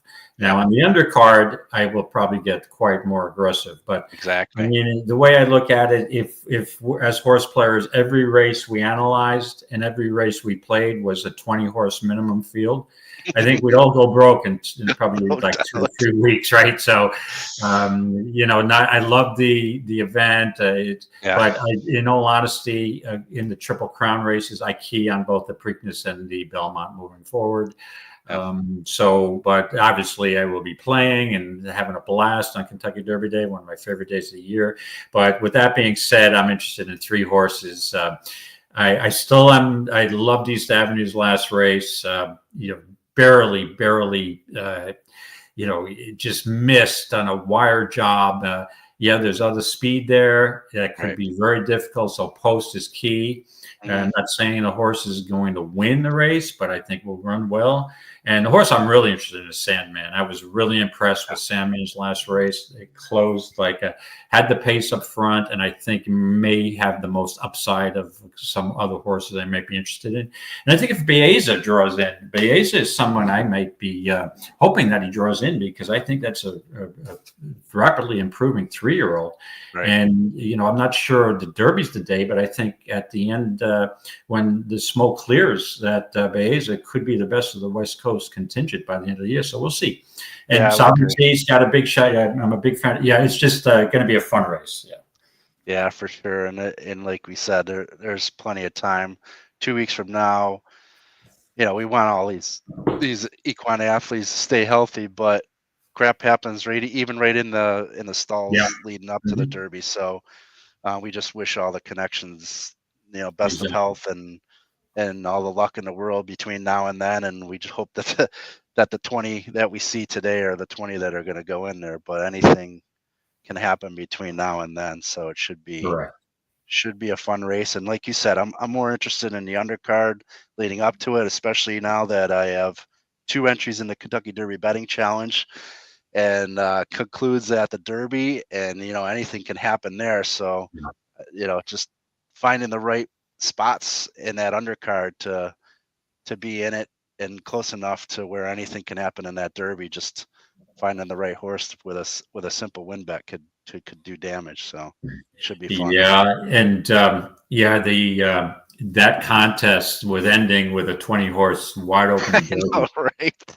Yeah. I mean, I think the way I probably would approach it, I want to know how my day's looking well before that race, because again, that could just blow up the board, and we'll see. But it's a fun day, and we're definitely looking forward. All right. Yeah, it should be interesting to see what that draw looks like, Patrick. Yeah, I know older you and Justin been on Cold Battle for a while. Yeah. So we'll see. All right, we have 4 minutes post. 4 minutes. Okay. I'm going to get right to it, if you don't mind, Mike, because this is my, I've been waiting for this play, and I was in the Twin Spires feeder today, and I tapped out. I was going to just make place show bets and then fire all in on this horse, and it probably will. Yep. So I decided I needed to reach out with more of a bankroll for this. So I'll just get to the point here. I like the 10 Oak Alley at 8-1. This horse, she had an extreme outside post in that first race. Her debut start at Gulfstream, going a mile. And that turn at a mile comes up really fast.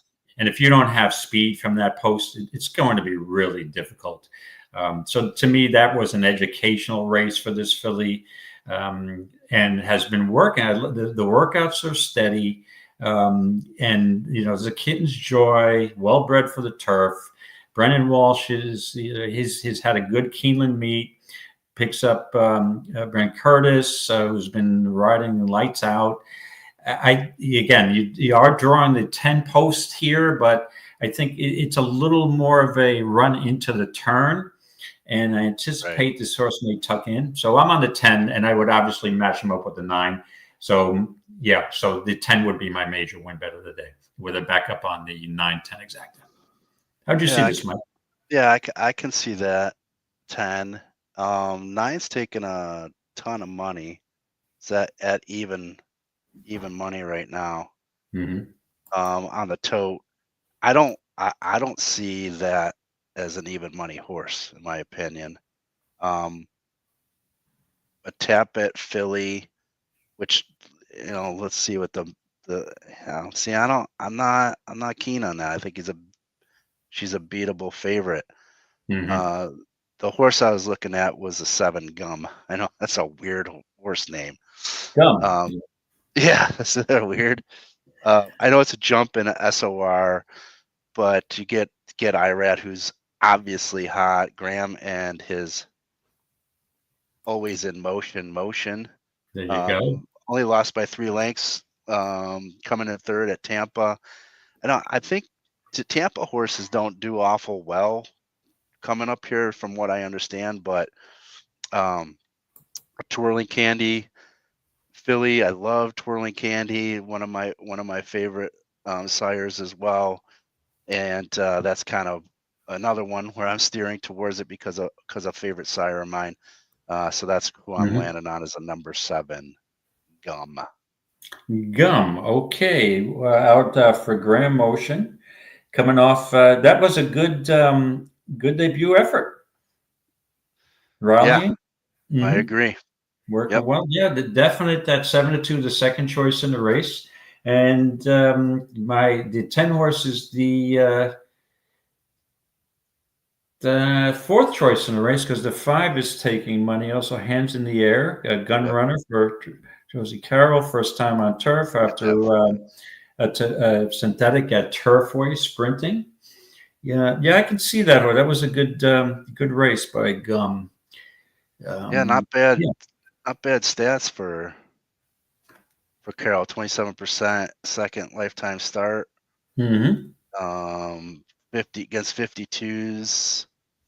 Yeah, I can kind of see that. It was a beaten favorite, but 3-1, not overly bet in its debut. Right, and if we can go back to the 9 again, the prohibitive favorite, Love You Anyway. If you look at the first race at Gulfstream at a mile, that was on. This horse had the a 9 post and rallied up, just missed by a half length. That's a really good race. But then went to the Florida Oaks, and just because of the competition that she faced there, losing to Nitrogen, that's why she's taking money. It was a grade 3. So so this is a huge difference in SOR here, right? So what is the in that race? Let's see, that was a 68 SOR. Now we're at 54. So against this field, But again, she still hasn't won a race. This is a maiden race. So even though she competed as a maiden in a grade 3, doesn't mean that she's going to improve off that race. She may not have to improve much off that race to win this, but we're going to see, because there's some other things here can step up, right? Yeah, I would agree. And I mean, works are okay. Nothing, to shout up and down about. The win percentage. I'm sorry, Mike. They're going to the gate. Thanks, okay. Thanks. I saw the minutes to post it. Looked like we had more time. All right, so this is our finale. They're going into the gate at Keeneland, and I'm on the 10, along with the 9, reluctantly. And Mike, again, you're on the 7 Gum. Yep, okay. Gum. Good exciting luck, horse name.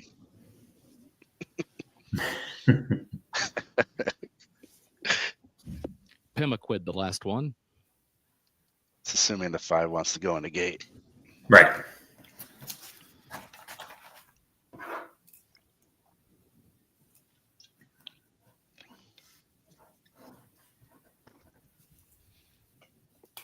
Humboldt awaits.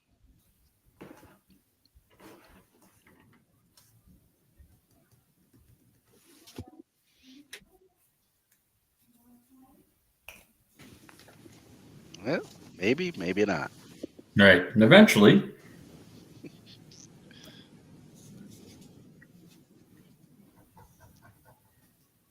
And good luck, Scotty McKeever. All you need is that 9. Good luck, Scotty. He's a 9. All right. Pemaquid. He's got the 9. Last one going in. And just needs to maintain second. Yeah, he doesn't need a bomber or a 12. Yeah. 12 was a little restless, so I don't know. Still is restless, won't go in the gate. Yeah, and Shug doesn't win too often with first timers going 2 turns, right? Yeah. A well-bred horse, though, that's for They're at sure. the post. Yeah. All right, good luck, everybody. They're off. There's a bit of frost from the inside, along with Cher Amia. Love You Anyway out toward the center of the course. Hands in the air, comes forward now. Love You Anyway moves up from the far outside and puts a head in front. Bit of Frost will be stubborn, though, toward the inside as they head for the first turn.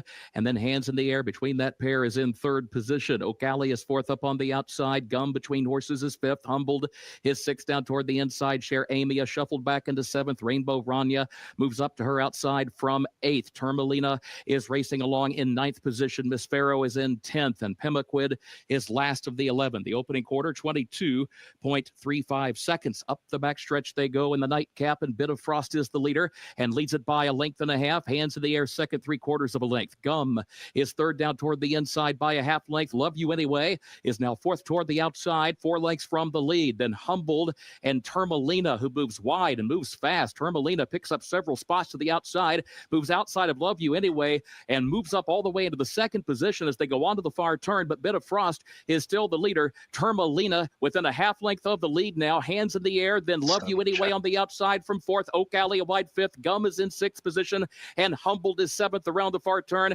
Termalina from the outside puts a head in front. Bit of Frost is still there, fighting back to the inside. Then a gap of 3. Hands in the Air third. Love You Anyway fourth. Oakley is in fifth. Gum is in sixth position as they swing up the turn. Pimmick, come on, 9, run away with it. Is in seventh. There you Love go, You Scotty. Anyway to the lead. Gum looks to the here comes the inside. 7. Oakley is in third. Love You Anyway in front. It is Oakley trying to move up. A late run from Miss Farrow from fourth. Pemaquid is still fifth. Love You Anyway has the lead. Gum is second. Oakley third. At the wire, Love You Anyway to win it. Room for Scotty. Yep, should have played the 9-7. Second, then Oakley Yeah. third. Miss Farrow back toward You the got inside. a 9-7. You got your second. Your Gum ran a nice second. And my 10 ran a third. So very logical ending to the day. And congratulations again for Scotty McKeever, who gets his NHC seat.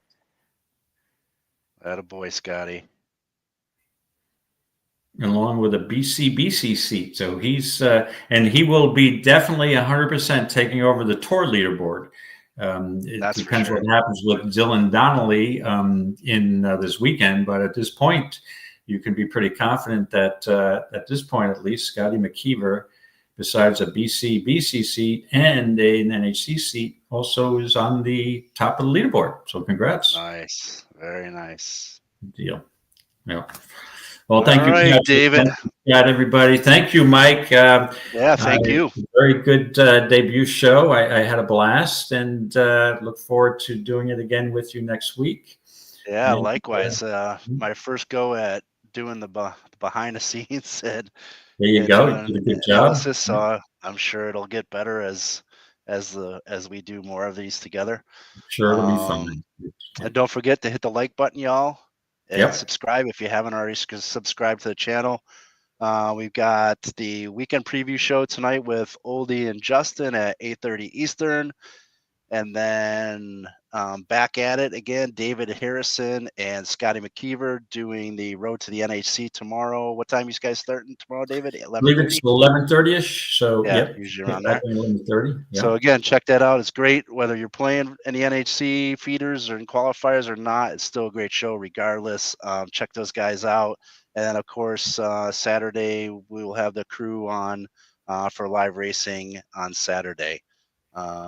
So I think that's about it, guys. Right? Okay. Yeah.